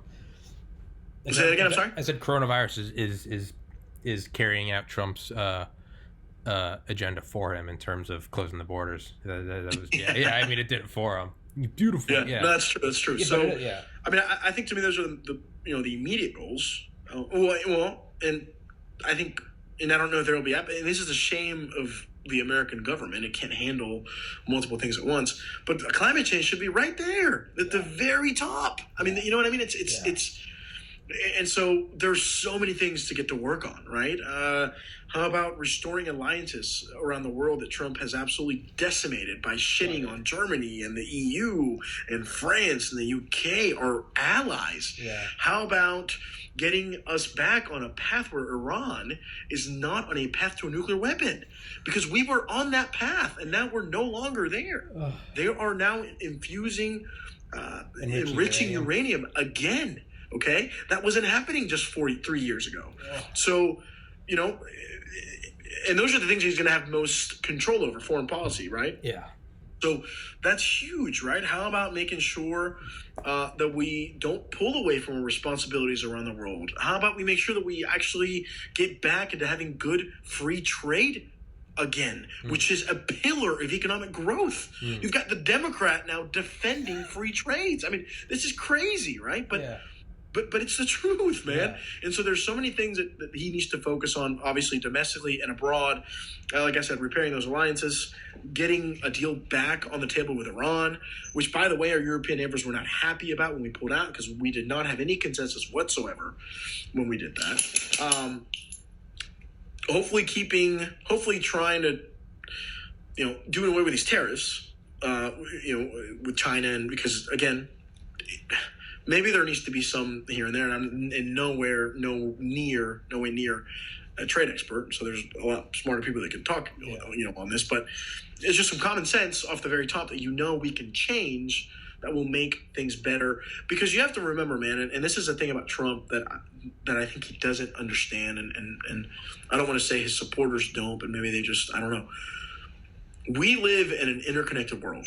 Businesses do business all over the world, man. And so for you to put up walls and tariffs and say, well, we're only going to do this in America, you're only hurting American companies. You're only hurting American consumers because the American consumer wants cheap stuff at Walmart. Okay, they don't want American made. It's going to cost them 5 times. It's just reality, man. That's right? Just the hard truth. Yeah. It's just the reality of life, and so you can't turn back that, right? You can't give people in the coal industry their jobs back because their jobs are just not coming back. Matter of fact, the coal industry is the smallest it's been ever, and that's because of technology. That's because of the way the world's moving. And so instead of promising folks things of the past that are not going to come back, right? Folks in Ohio and Michigan and Pennsylvania who are not going to get those manufacturing jobs back. How about we invest in technology in this country where we can put people to work making wind turbines, making solar panels, making things that they're used to making. Give them jobs of the future. Let's not try and go back to a system that didn't work, that made our planet dirty, that is not the way of the future. To me, that's common sense. That shouldn't be Democrat or Republican. Like how crazy is that? You know what I mean? Why don't we want those products built in America by American workers who desperately need those jobs? Yeah, it's like, a win-win for everyone. It's like living at home. I don't look and not having a social life since 2016. I don't look back and try to bring back the Valdosta days of drinking vodka with you playing. I look at them fondly, but I'm like, they're not coming back. So what can I do? I can start a podcast. I can talk to Ernie. I can work towards getting out of here. So no, it's like, by all means, cherish the past and sure, try to get to that feeling again. But dude, hey, Tom Brady left the Patriots. He's not coming back. All right. So let's start, right. But exactly. You can cherish the past, but you got to realize that, you've got to move forward. I mean, you can't continue to hold on to shit because it's, as a person, if you're holding on to memories, that's not good, right? You're going to drive yourself insane. As a country, as Trump is doing, if you're promising people things that you cannot deliver on, I'm going to bring your coal jobs back. Oh, manufacturing's back. No, it's not. Yeah, it's just not. I mean, just look at the numbers by your own government, Mr. Trump. Yeah. Your own government produces, your appointees produce, right? Like, it's just not the reality. So to me, it all ties together, right? I mean, to me, you could probably pass some sort of package where you are giving folks those jobs to help the economy, but you've got to put more regulations in place. We probably need cap and trade, right, to start bringing down carbon. And I'll tell you what, though, and we've done a tremendous job, right? The United States now is emitting less gases in the last 20, 30 years, but there's so much more to be done. And Obama had convinced all the automakers to really ramp up their efficiency, their gas efficiency to have less fuel and less emissions. And what did Trump just do literally a week ago? He just said, don't worry about it. God damn it. I mean, you see what I mean, man? And so those are little things like that, like, instead of trying to bring back the 80s, we're not going to get them back. We're just not. But we know in 2020 that the future is clean energy. And what if we were to invent a technology, or what if technologies that we already have, that we make them here and we can sell them, we can capitalize on them, and we can give millions of people good paying jobs? That's not crazy. That's not. I was going to say, so democratic radicalism. That's just common fucking sense. So I've had on four recent podcasts, 5 total guests, a nuclear power operator, 2 nuclear fusion physicists, and one who works at University of Rochester. The other one is at Texas A&M, and he's working on nuclear reactors for Mars rovers. Then I had on 2 guys, Justin Ball and Jason Parisi from Oxford. Both got their PhDs in nuclear fusion, and they worked at nuclear fusion. They wrote a book on Amazon, The Future of Fusion. Awesome. Yeah, they're coming on again. So I've had 5 of these guys on. That is something that it's on the right. You can look at all these, you got to be you look at someone saying, oh, you got to be efficient, global warming, blah, blah, blah. And you say, yeah, but China and India aren't doing it, so it's just hurting us economically. And, I look at it as like, so let's put it in terms of economics then. So instead of going, it's hurting us, how about look at, it's like that cartoon. It's like, so let's say global warming is false. It's not. I'm not one of those people. But let's say it's false. It's like, so you're telling me we got energy independent for all this, for nothing? You're telling me we brought jobs back to the U.S. and brought what a shame, right? Fuck. Like, but seriously, something like nuclear fusion, or not nuclear fusion, still science fiction. Nuclear fission, though, nuclear power plants, dude, 0 carbon footprint. To get a gigawatt of power. A 1 gigawatt power, it could be megawatt. I think it's for 1 gigawatt power coal-fired power plant. You need 80 train cars of coal per day, 365 days a year. For a nuclear power plant, you need half of a single train car of uranium once per year. For the same power input. And guess what? And the latter has zero carbon footprint. Yep. What the fuck are we doing about nuclear? Because that's something that no one is bringing. Like, that is. Yeah. I 1,000,000% agree with you, dude. So, I think we should be building nuclear plants all over the fucking country. Dude, we should be left and right. 1,000,000% agree with you. Dude, I am pure socialist on that. I'm like, government, I'm like, fucking give the money. I'm like, fund it. If we're going in debt, might as well do it for this. Because that is energy independence, and it's also, so don't even look at it as like, oh, okay, well, China and India aren't being, fuck for all my conservative friends out there, just don't even look at it in the emission standpoint. Don't even just look at it as like economically. As a business opportunity. Fuck the Middle East. Fuck China. That invents or finally gets, I don't know if it's fusion or fission. Fission's the one we've had since the 40s. Fusion's the future. Right?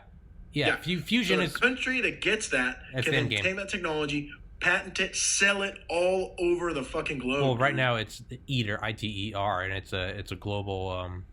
It's a global effort to get fusion. Fusion still, it's black magic. It's the end game.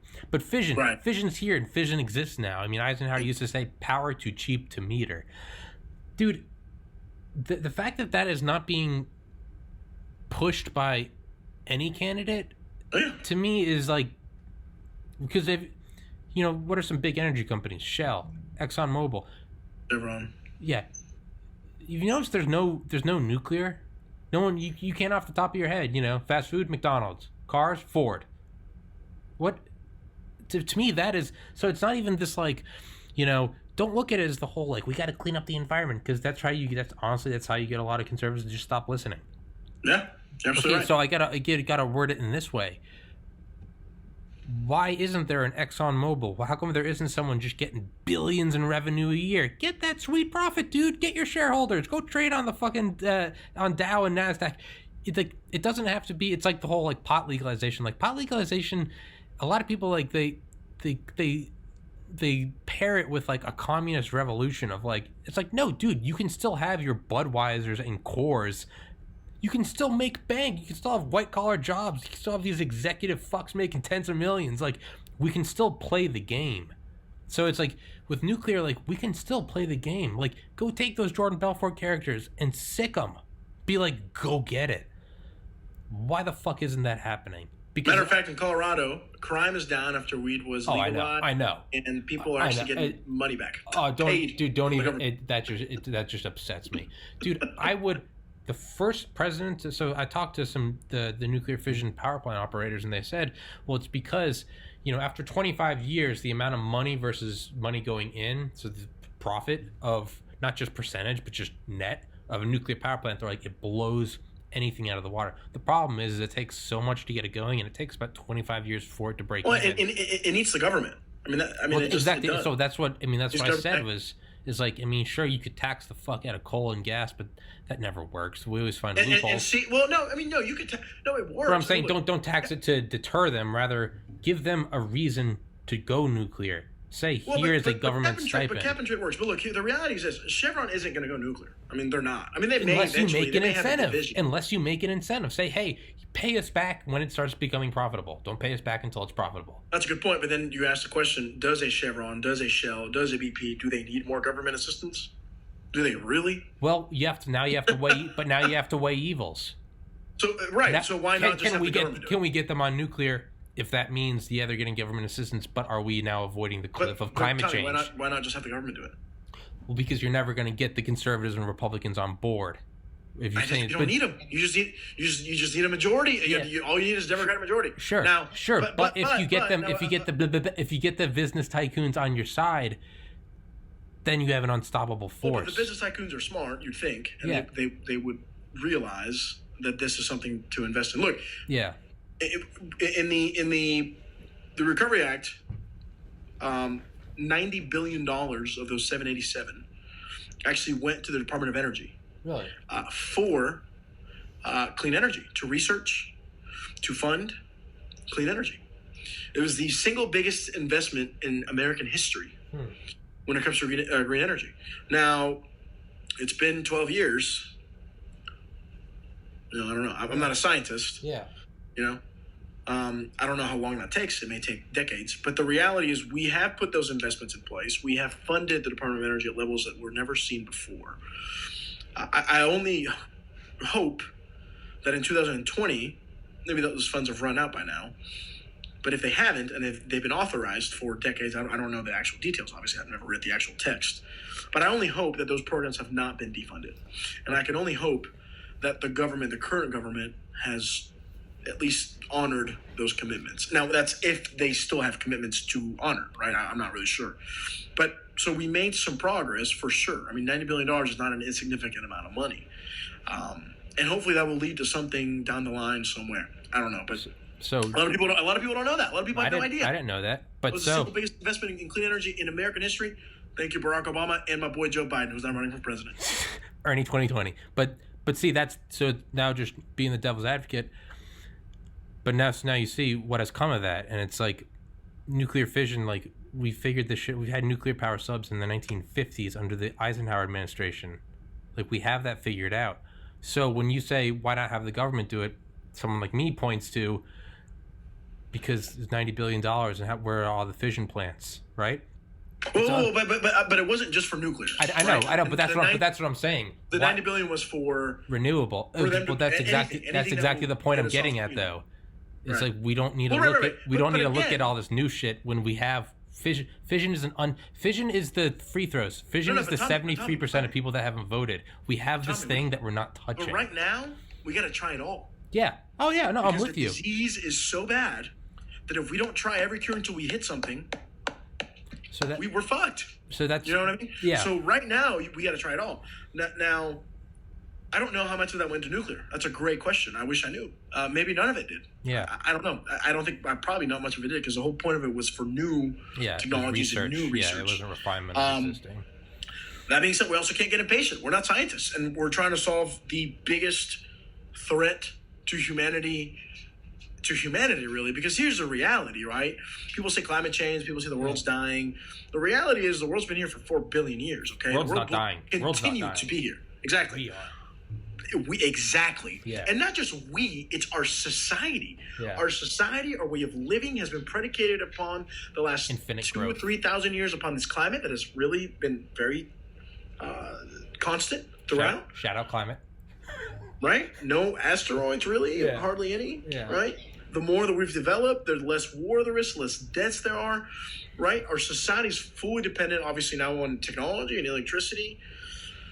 So, right, it's really not about the planet. Yeah, no. The planet's going to be just fine. Planet's fine. It's about Planet ain't going anywhere. Society and humanity.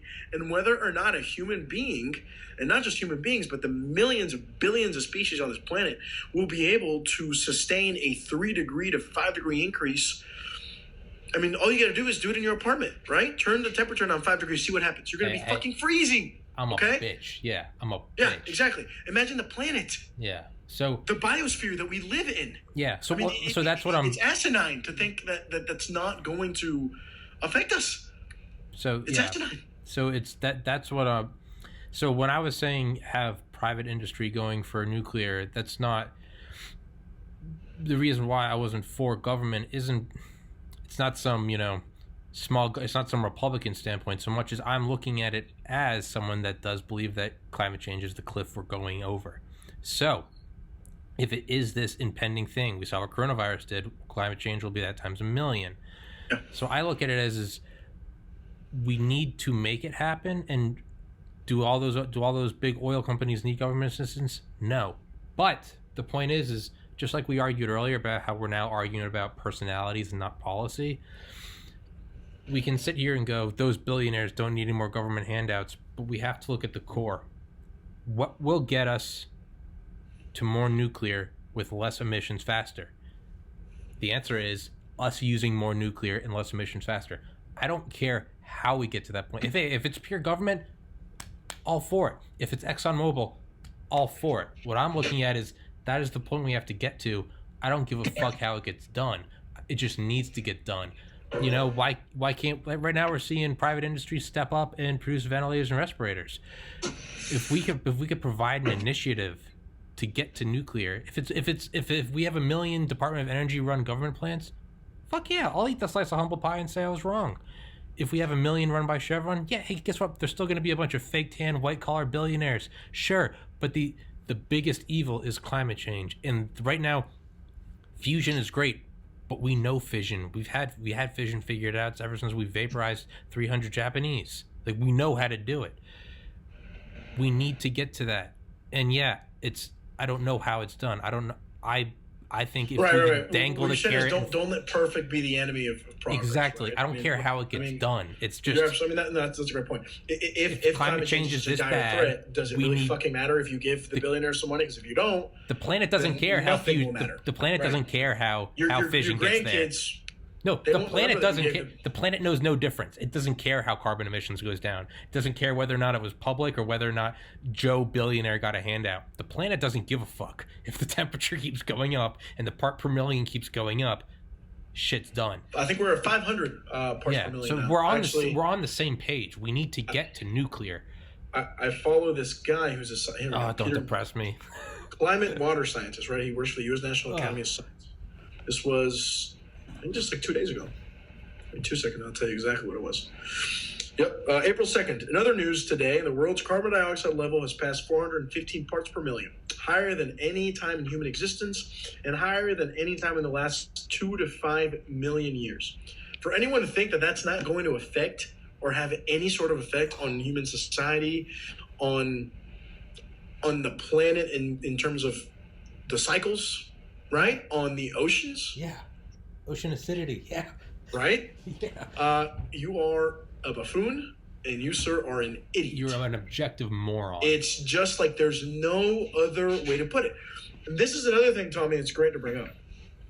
I don't know what has happened in this country, but I'll tell you, from when I was a kid to now, when I'm 29 years old, it seems like there is now a conspiracy for everything, right? Right? You know what I mean? Yeah. Even this virus, man, there is people on my Facebook timeline saying that the 5G towers... Oh, my God. Oh, I couldn't believe it, dude. Because I'm like, people don't really believe it. And then I started actually seeing, and I was like, I can't... Yeah, man, you know what? When I see that, I'm like, maybe we deserve extinction. Maybe we do deserve extinction. Maybe honestly. Darwin is taking over. Hey, we didn't get our IQ high enough. We'll give it another try in a billion years. I mean, how is it that every problem requires a conspiracy? How it's about sexy the fact and it's easy. that we live on a rock in the middle of nothing, spinning around a sun? And let me tell you something. This planet doesn't give a fuck if you live or if you die. We are a bacteria in its ass crack. Matter of fact, we had to remove ourselves from nature to become who we are today. Yeah. To multiply the way we've multiplied. Yeah. Right? We've literally had to say, well, fuck that. Yeah. I'm not going to hang out next to a tiger all day. I'm fuck not that. sitting there. I want air conditioning and fake lights. Fuck the sun. Right. Fuck the rotation of the planet. I want sun now. Right. Okay. So I needed to throw in because I got to finish my training. I don't give a fuck. Yeah. If I don't have a sun, I need it. So. Yeah. How are you going to tell me that ultimately this is not going to affect you? I mean, it is just the most ridiculous notion. And unfortunately, Tommy, and this is just a fact, man. It's sad. But we have a political party in this country, the Republican Party, that doesn't care. No. They just don't. Fucking morons. So it's just the truth, man. So that's the point I wanted to bring in agreement with you. So how do you get them on your side? Just give me a second. We clearly can't get them on the whole. It is happening and it's going to kill us all. So so we can sit here and say they're stupid all we want, and then when the planet dies, and we can go, "Ha, told you so," and now we're all dead. Or you can speak their language and go, "Hey, here's an untapped $1 trillion market," and that's what I meant earlier when I said, make it a private thing. Don't go the whole, because if you bring up climate, that's a conspiracy, whatever. I don't give a fuck. Not in my lifetime. I don't care. They don't speak that language, so speak the language they do speak. So make it nuclear, make it private. What I'm saying is that's how they are. This rabid mob of go-getter capitalists, like them or hate them. That's what they are. Instead of saying these idiots don't believe in climate change, what you do is you say, here is an untapped $1 trillion market. Well, look, you put a harness on it and go, but Tommy, let's get there. Let's be very honest. Let me tell you something, man. The CEO of Chevron Tell and me, BP, Ernie. they know it's real, okay? They're not stupid. Oh, yeah. They're not fucking stupid, okay? Yeah, you don't get to that It's just because of business interests. What I'm talking about is the regular voter. What I'm talking about is, half the people in Peachtree City who are wealthy and think it's, they remember when scientists used to tell them that the world was going to be cold, right? Yeah. And they'll put that on, look at time. There was a time where people thought, So it's not even about those guys, right? But what you're saying is absolutely correct. I'm talking about trying to convince the average voter, not the CEO. They know, man. Yeah. They're not fucking stupid, okay? Exactly. They understand, okay? They see it, okay? When there are businesses that they have to put sand and they see that the cities are flooding, they're not dumb, okay? And I don't mean to say people who are regular voters are dumb, right? But maybe they're more susceptible to cognitive dissonance. Let's put it that way, and not having to worry about what they don't want to worry about. But what you're saying is absolutely right. Speak their language. So there was actually, I don't know if you've looked into this, but you're absolutely right. In order to convince conservatives to get on board with any sort of climate change agenda is to talk business to them. You're 1,000,000% correct.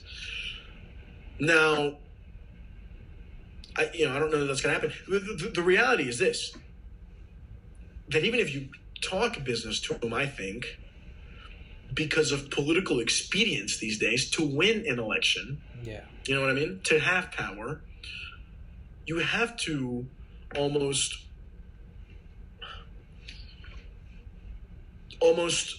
get down to that lowest denominator, right? So you got to get to the level of those folks who say it's a conspiracy. Now, all that being said, we go back to the same thing. That's why leadership matters. When the president of the United States gets on Twitter and says that, it's a Chinese hoax. Oh, God, yeah, I know. You know what I mean? I know. How does that help anything? And so that can set us back years, because now it's going to take not you only talking to them about economics to convince them, but now you have to convince them that their dear leader was dearly wrong. Yeah. And who's going to want to admit that? Let's go on that same path. Utilize cognitive dissonance. If Trump came out tomorrow and said he thinks it's real and we could bring back American jobs with fission power plants, those same people would then be on board with that. So it's exactly. Again, it's like he won't. I mean, that's the problem. If you can speak the language, though, if you can show him, just hear me out for 1 second. That's why you have to elect people who, in the first place, are aware that this is a problem. I mean, listen, it's very similar to, and I'm sorry to have cut you off, but it's very similar to this pandemic response, right? Yeah. To where you have the president of the United news. States during a national crisis, right? Yeah. He is the national leader. Like, if this is not the time for the federal government to be involved, then there is no other time. I mean, we might as well just disband it, right? So when you have reporters saying, oh, there's not enough ventilators, there's not enough beds, well, why are you asking me? The governors should be doing it themselves. Yeah. The governors should be That's some bullshit. No, buddy, they shouldn't. Like, this is the time. You're in the big chair. You're the guy. Yeah. You're the leader. Nut up. Why should California have to compete with New York, with the federal government, with Connecticut, with Georgia, to get supplies that, look, I understand we were not prepared for. Maybe no one would have been prepared for it. Maybe whether it was Obama, Hillary, maybe so. I get it. But now you are in charge. Quit blaming Obama. Quit blaming the governors. Quit blaming the media. Sir, you're the president. Yeah. Sir, you get up and you fix it. Yeah. Because that's what you said you'd do, remember? Yeah. You said you alone could fix America's problems. You said that. Yeah. Okay? That's so when you have someone in charge who doesn't this just lays everything bare. This is the time for the government to be stepping up. Yeah. And either because he's incompetent, or either because he just doesn't believe in the power of the federal government, he's doing a poor job. Yeah. And so that's my point. When we elect folks who don't believe in government, when we elect folks who think that the national government is a hindrance as opposed to an entity that can help, and maybe not in all instances, we can disagree, right? I understand that. But if this isn't it, yeah. then why do we have federal government? I don't know. Yeah. Yeah. So, again, it's like I can always turn like my conservative family members pro pot in like a couple minutes, because if you try to look at it as like, oh, it's this hippie drug and we should be, and we want to, because it goes against it's always been illegal and we've always drank on a Friday night. But if you can very quickly flip it and go, this is how I always look at it. I always go, yeah, man, to me, it's just the same as the government saying I can't have guns. Fuck you. Government saying I can't have pot. Fuck you. When you put it in, when you frame it like that, that's when you get them going, yeah, you're right. Fuck you. Don't tell me what I can and can't do. Right. So that's what I mean. Like, if you wanted to get rid of the defense industry in the United States, you're not going to go, we don't need this and America's too powerful. You nationalize every defense corporation. Every Republican tomorrow would be like, fuck that, fuck big government, I'm about private industry. And just like that, you'd also have the left for it. So that's what I mean when I said you have to,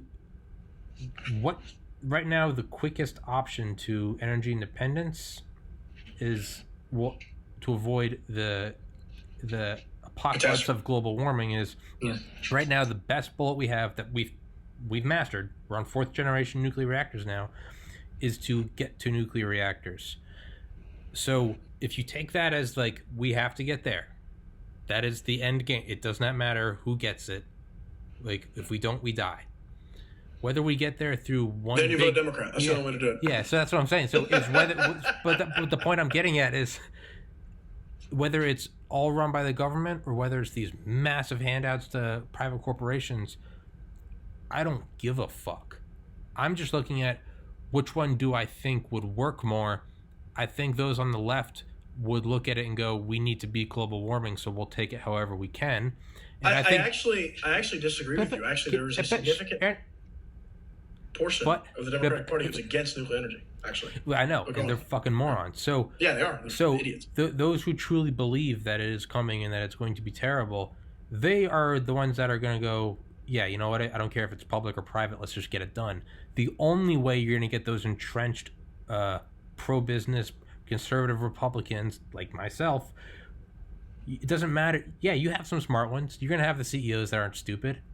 But in order to mobilize that massive base, you're going to have to go, don't look at it as global warming. Don't look at it as, hey, we're not legalizing this hippie drug. Instead, we're saying, hey, the government can't tell me what I can and can't smoke. Oh yeah, you're right. I support legalized pot. That's the only way you're going to get it done, is instead of going, we got to fight it, instead going, hey, energy independence from the Middle East, energy independence from China, and American jobs. Oh, and by the way, there's zero carbon footprint and we can avoid global. That's how you get to that point, is you've got to get everyone moving. And I personally don't care. But it's not that easy. I know, obviously. You know what obviously. I mean? But you can't just go, oh, well, now the government's going to pass and give money for nuclear. Exactly. Where do you get them? You got to, it's Look, simplified. The reality is this: national problems require national solutions. What does that mean? That literally means that you need more than one party who understands what's happening. And unfortunately, in 2020, it's just the truth, man. That the Republican Party, and maybe not every voter, right? Obviously, you're an example of it. And many young people, obviously, who are Republicans would be like, of course, climate change is real. But at least the voters and the folks that they send to D.C., right? The folks that they're choosing to elect are nowhere near there. I mean, they're just not, because they don't even think it's a problem. Or they are they there, don't even, but they know not to say it because real, Tommy. I was gonna say, or they do know it's real, but they're going, I got to get office, so I'm gonna say whatever I need to say. Or they're bought off 1,000,000%. Or they're bought off, And so that's my point. How do you solve a national problem with half the country? Yeah. You don't. Yeah. You don't. So until you've got Republican elected officials speaking about this, you're right. They should speak about it in economic terms, but it should be the Republicans doing that to convince their own voters or to convince potential voters that this is the way to go. But when we're nowhere near that, I mean, we're not. Matter of fact, we've gone the opposite way. I don't know if you know this or not, but look it up. In 2008, right before Obama got, it may have been after he got elected, or before, you had the former Speaker of the House, Newt Gingrich, right, from Georgia. Matter of fact, I'm in his district now. I live in Georgia 6, which is now a Democratic district. Shows you how times have changed. Barely, but it is now a Democratic district. For the first time since Louisa McBath just won this past election, so it's very, very recent. But the former conservative, I mean, Newt Gingrich is a I mean, no one doubts his credentials, right? I mean, he is a Republican. He's got a white hood somewhere, He was and look this up, man. You could probably find the ad online. He was in 2008 in an ad with Nancy Pelosi, right? The crazy liberal from San Francisco. Nervous Nancy. They were on a couch together in an ad talking about how it was time for America to take on this challenge. This was 12 years ago, man. John McCain was that year the Republican nominee. Yeah. He believed in and had a plan for climate change. What has happened since? The Republican Party has done this. Yeah. I mean, I don't understand. I don't know why, how. I don't get it. But I mean, this was literally just 12 years ago, man. Instead of us building a consensus, we've gone the other way. Now you hear the word climate change and you think liberal. You think government takeover. Yeah. And it's crazy. Why? Like, why is that? Like, why is it that you have to be a liberal to be worried about when your kids, whether they're going to have a suitable home? Yeah. Why is that liberal? Yeah. Why is it liberal that you don't want millions of species to go extinct? Because whether you believe it, whether you like it or not, there are natural cycles that affect everything, that affect all of us, our food supply. So if some of those little animals go bye-bye, we're fucked. Yeah. Like yeah. that's not partisan, man. Like Yeah. that's just science. Ooh. Like, and that's another thing. Science has become this political. Like, it's that fucking crazy, big. That dude. boils my blood. Like as a what is biology that? major, as someone who dedicated myself to studying this shit. When I see something like people are going, this medication doesn't work and this one does, and I'm like, stop it. Republicans said that, Obama said that gravity is 9.81 meters per second squared. I don't know about you, but that pack of gum, I'm not sure it was. Fake news. I mean, hashtag MAGA. It's right. I mean, it's that boils my blood. There is. I'm going to put it the way Colin Powell put it. There's a dark vein of intolerance for science running through the Republican Party. I don't know why. That's awesome. I don't know. That's awesome. I don't know how we fix it. And look, and it's not just the Republican Party. There's Democrats who are anti-GMO when there is absolutely no scientific evidence that GMOs have any sort of. There's nothing. There's just no. We have been modifying, right, genetics for hundreds of thousands. Like that's not new, man. Like you know what I mean? But people are so stupid. That's a lot of Democrats on the left believe that. Yeah. And so. And you know what? It's not. That's the problem with this country these days, man. It's not just science. Everything is questioned, and there's nothing wrong with questioning things, but there's some things that are just real. Yes. Like you cannot question them, right? These things we're obviously discussing right now. Yeah. And so air quality, it's food some cycles. Point, it is just fucking cuckoo. Yeah. I mean, there's no other way to put it, right? I mean, I can remember Sandy Hook. How many people thought that was staged? Jesus. That was fake? Like, are you fucking serious, man? That Do you really think that 12 little precious angels for real were actors or were sacrificed, or that these parents who were literally crying their hearts out on TV that this is just fake to instill some sort of agenda to take over? Like, I'll tell you what, if the government's trying to take over this country, they've done a piss poor job because they could have done it by now. Or if they're convincing enough to pull off 9/11 and Sandy Hook, well then shit, throw in the towel, because if they can pull that off, what the fuck are you and I gonna do, right? Right? I mean, there is something that I see primarily on the right. I just said obviously there is some elements of this on the left, but on the right, for whatever reason, there's this conspiracy mindset that maybe because people on the right believe in personal freedom and that the government's, that we have to, be vigilant. And I understand all that, right? That's why we have a constitution. But I don't know. And maybe it's my biases that, that make me think this way. I don't know. But I don't know, man. I'm just telling you what I see based on the people that I talk to, what I see on my Facebook, on Twitter. And it doesn't represent everyone, obviously. It's a very small sample of all Americans. But these people end up electing these people who believe this stuff. And so then what do I believe? Like, if you elect this man, if you vote for someone who thinks this way, then aren't you endorsing those views? And so don't you believe that? Right? Yeah. Like, to an extent? I'll put my, well, I don't have any money. I'll put my money where my mouth is. I truly believe that energy independence for both climate change and economic independence is so important. I will vote this fall for whoever, and for every fall for the rest of my life, whoever is more pro-nuclear power. That is how much I believe, because it doesn't matter if you have strong borders or not when the oceans are fucking coming up and there's no food. It doesn't matter if everyone has government health care. Look, we beat Trump if the fucking oceans are rising. It doesn't matter if we can hug the trees and kumbaya. We beat nuclear if it's fucking raining sulfuric acid.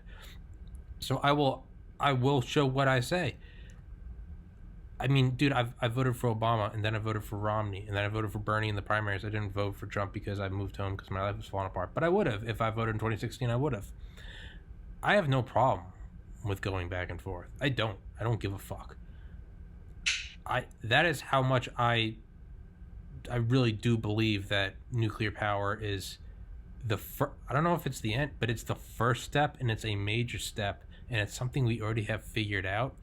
I mean, dude, when you really need it to count, when you have an aircraft carrier, what does it run on? When you have a nuclear submarine and you can't have it die, what does it run on? When you shoot a probe past Pluto and you can't have it die for 9 years with zero human intervention, what does it run on? But Tommy, you know why that is. Well, so what I'm saying is, you show me that Biden is more pro-nuclear than Trump, you have my fucking word, I will vote for him. I don't know where Biden stands on nuclear. But that's what I'm saying. Is that's how much I mean what I say. Included as a tool in the toolbox. But that's what I'm saying. I just want to make it. I don't know, but I'm just telling you that's how much I am standing by what I say. I don't give a fuck who it is because no other policy matters. If we fuck this fucking joyride up. But you know why we haven't made progress with that, Tommy? You know why? Because of the entrenched. Because Obama's from Kenya. Because Chevron and because Exxon and because Shell, that literally will bankrupt them. Exactly. And why would they? So what do? They give donations to Democrats and Republicans. And you know what I mean? So and then the Democrats hate nuclear, they say, because of the waste, which is a legitimate point, but we can find ways to figure it out. And Republicans just don't care enough. Exactly. So to stand behind what I said earlier, if Biden came out and said, "Hey, we're going to do $1 trillion to give, I guess I don't know what the correct term is, stipends to get private companies to go after grants, or match, or you don't have to pay us until it's profitable." If Biden went for that, Ernie, I'll put up a fucking Biden flag behind me tomorrow. If Trump said it, I would continue to go pro-Trump. If Biden said the Department of Energy is going to do it and it's all going to be public, I'll go for that, even though I think private work. Let me ask you this, Ernie, just. So I'm just saying that. So I don't care if it's private or public. Whoever puts it forward, God damn it, I will go behind that. That's how I'm trying to show you how it's not about left or right. That's how much I am. Now I'm going to challenge you because now that you're saying that, I'm going to challenge you. I'll fight you. Because if this is what you believe and you're saying that you will vote for the most pro-nuclear candidate, okay? You're saying pro-nuclear, okay? Pro-nuclear, yeah. So you're very specific. But we just said let's not let perfect be the enemy of progress. Perfection be the enemy of progress. So if that's the case and you're inclined to vote for a candidate who is more pro clean energy, let's put it that way. Although you're specifying nuclear, but we just said we can't let perfect be the enemy of progress. Finish, yeah. How can you vote for any Republican official because they literally, and again, prove me, if I'm wrong, I would love to be wrong. Sure. I don't think I've seen a Republican plan to battle climate change since McCain. Yeah. It's been 12 years. Yeah. How do you reconcile that? So, because there's a specific reason why I said nuclear, including fission and fusion, as opposed to just clean energy. Because clean energy, sure, it's great. It does not produce the power needed. Yet. That's the point, Tommy. Yet. So if we invest, which we have, I just gave you the example. You did. And it may be, but what if we invested $300 billion or $500 billion? Do you see what I mean? I do. And let me tell you something. But the candidates who will do, no one will probably ever do that, but the party that's going to get the closest to that is not the Republican Party. Sure. And I would love to be wrong, but so it's not. What I'm saying is, we're talking about all these things, investing in figure out anew. What I'm saying is, there is this technology that we've had operating reactors since the 50s. So that there's a reason why I specifically said that.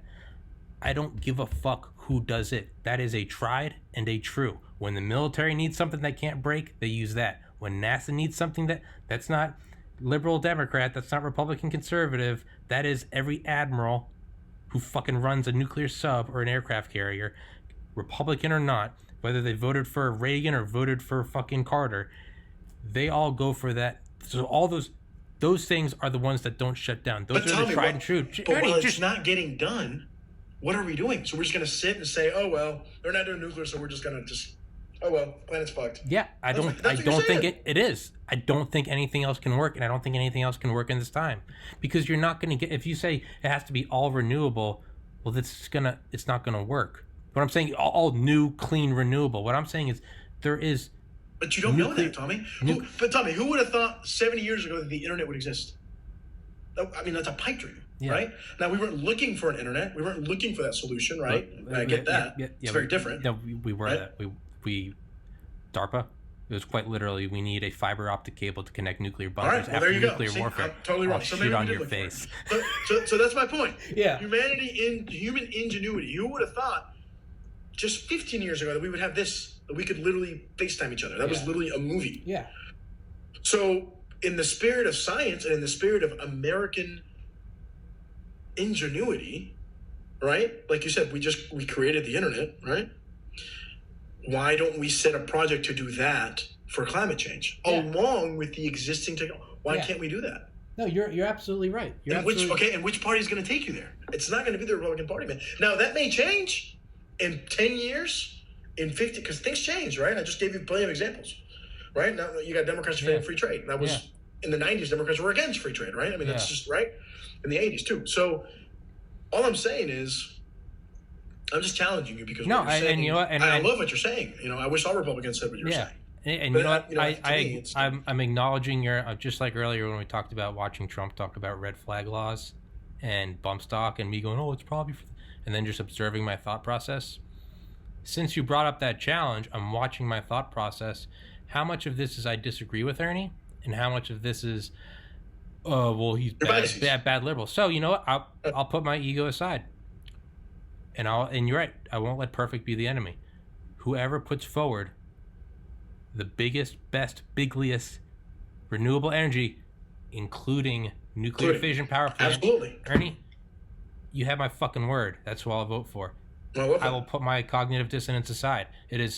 I'll take the ego hit. Maybe I'm wrong. Maybe you're right. I didn't think about that. You know, why not? Which one's going to get us there? Don't let perfect be the enemy.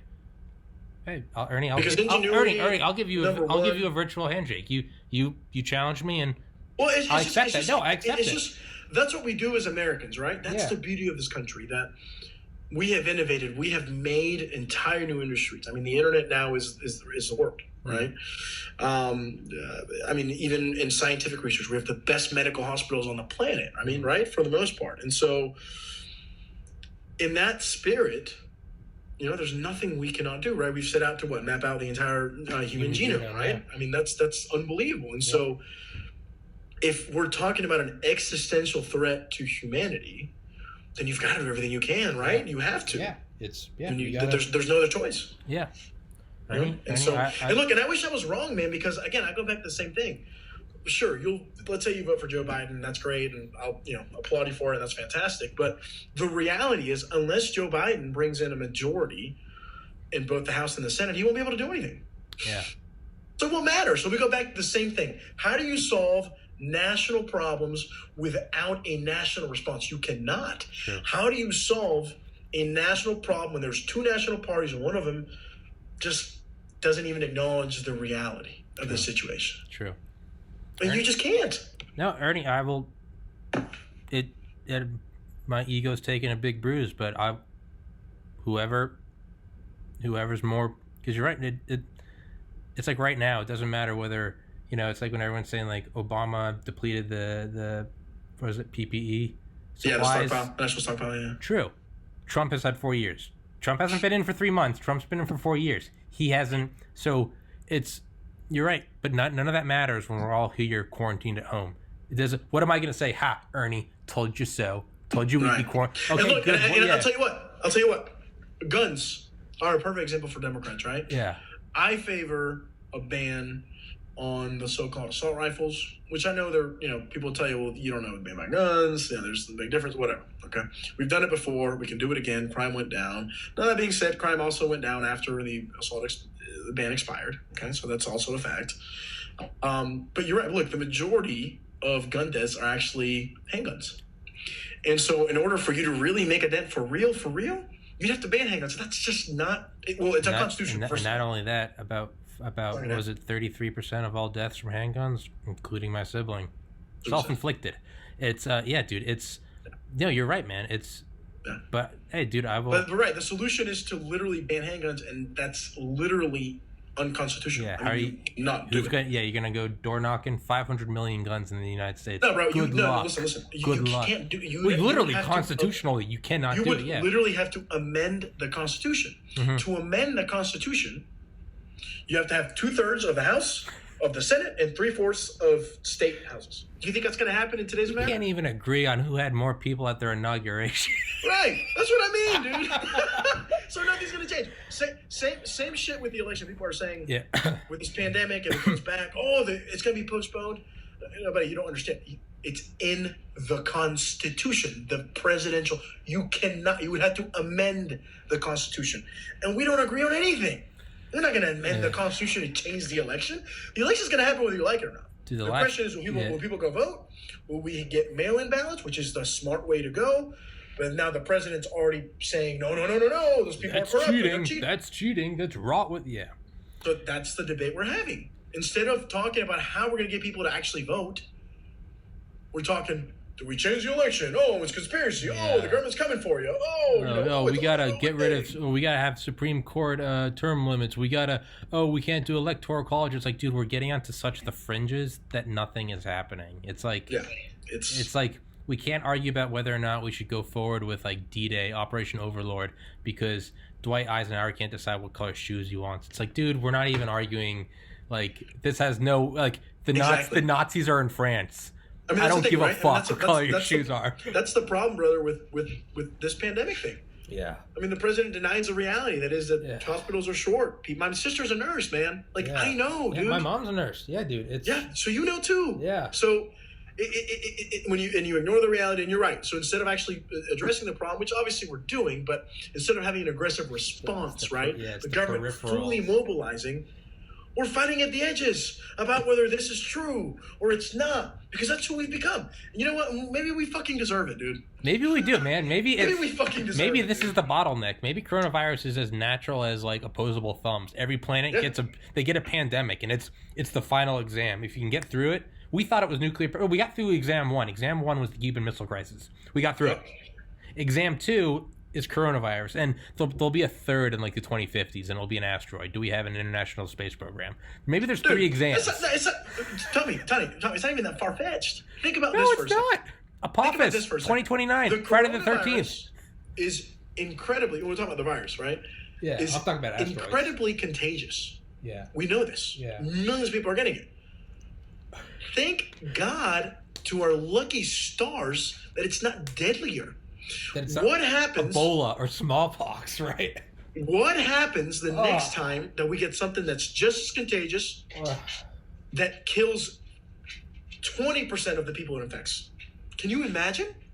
That's not that far-fetched. It's really not at all. And here we are arguing about whether or not we even have an appropriate response. Here we are arguing whether or not the people who are in the hospitals... Who depleted the PPE or not. The governor should be bidding against the federal government. What kind of asinine nonsense is that? Maybe we deserve it. You know what I mean? Yeah.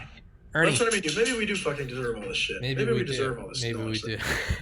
Ernie. Maybe we as a country just are so broken that we just can't fix it. Or not for a minute. Or maybe, I hope this is the case, we're going through a political growing pains.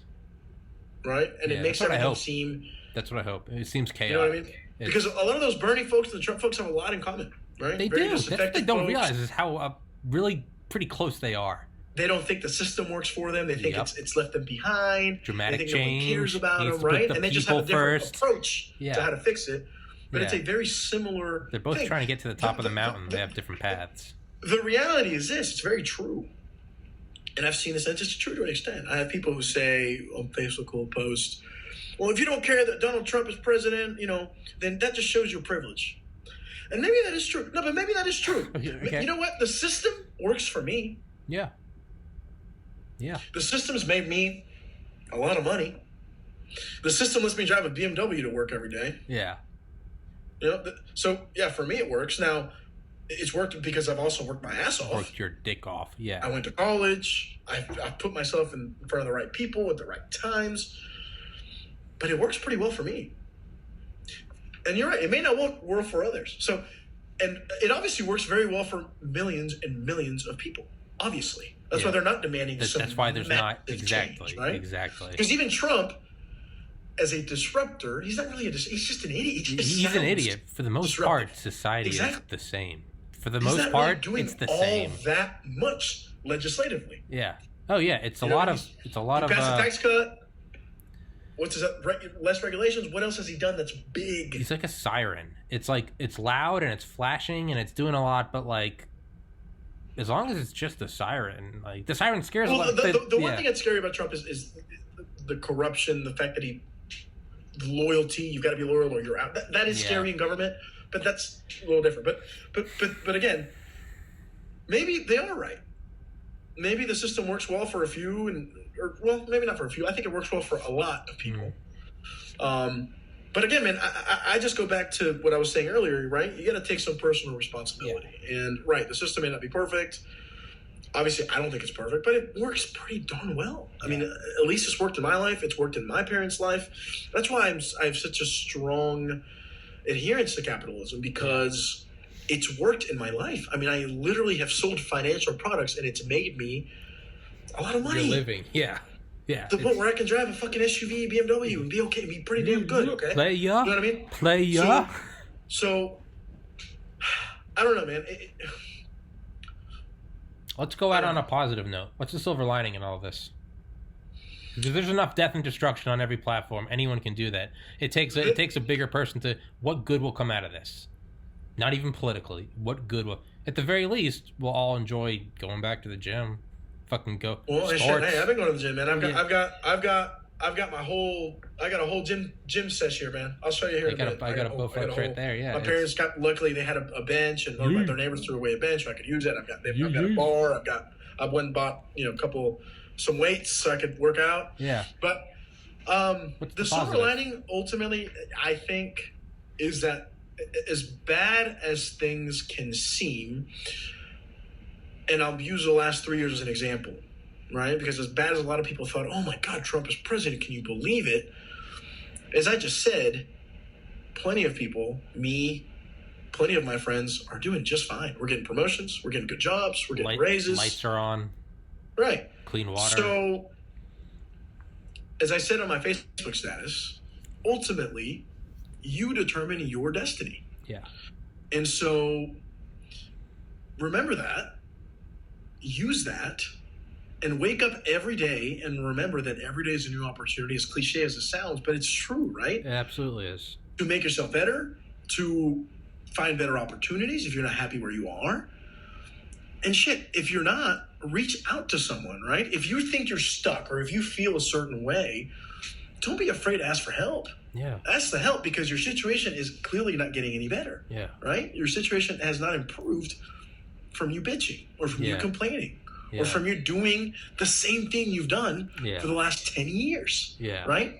Whether you're in Lima, Peru, or whether you're in Roswell, Georgia, or up in Maryland, right? Yeah. It doesn't matter. And so ultimately you've got to try and just outwork and out-hustle and outperform in the room. Everyone around you. Because if you do that, I promise you will succeed. Pick up the phone and fucking dial. Yes. Pick up the phone. Get into sales. You don't need a college degree, okay? Join my cult. Get a sales job. Pick up the fucking phone and fucking dial. Take some Addy if it'll make it better for you. Her pussy was like fucking heroin. Really? I like Bush. Well, you see the thing says that the sides actually did cure cancer. Ernesto Ausejo. Thank you, brother. Dude, always good talking to you. Let's do another one, and do it. Hey, I'll stick by my word. Whoever puts more in renewable energy, they have my vote. I'll eat the humble pie. I'm gonna look up the plans. I may send you something later. Please. I know what Joe. No, please. I know what Joe. No, please do. I was being serious. Inclines to do, but I don't know the exact. They have my vote. I'll represent what I say. Ernie, love you, buddy. Stay safe. Love you, man. Let's do another one. All right. Let's do another one. Yeah. Yeah. Do let me know. All right. Perfect. Beautiful. Yeah, for sure, brother. All right, brother. All right, peace. Man. Stay safe. Bye.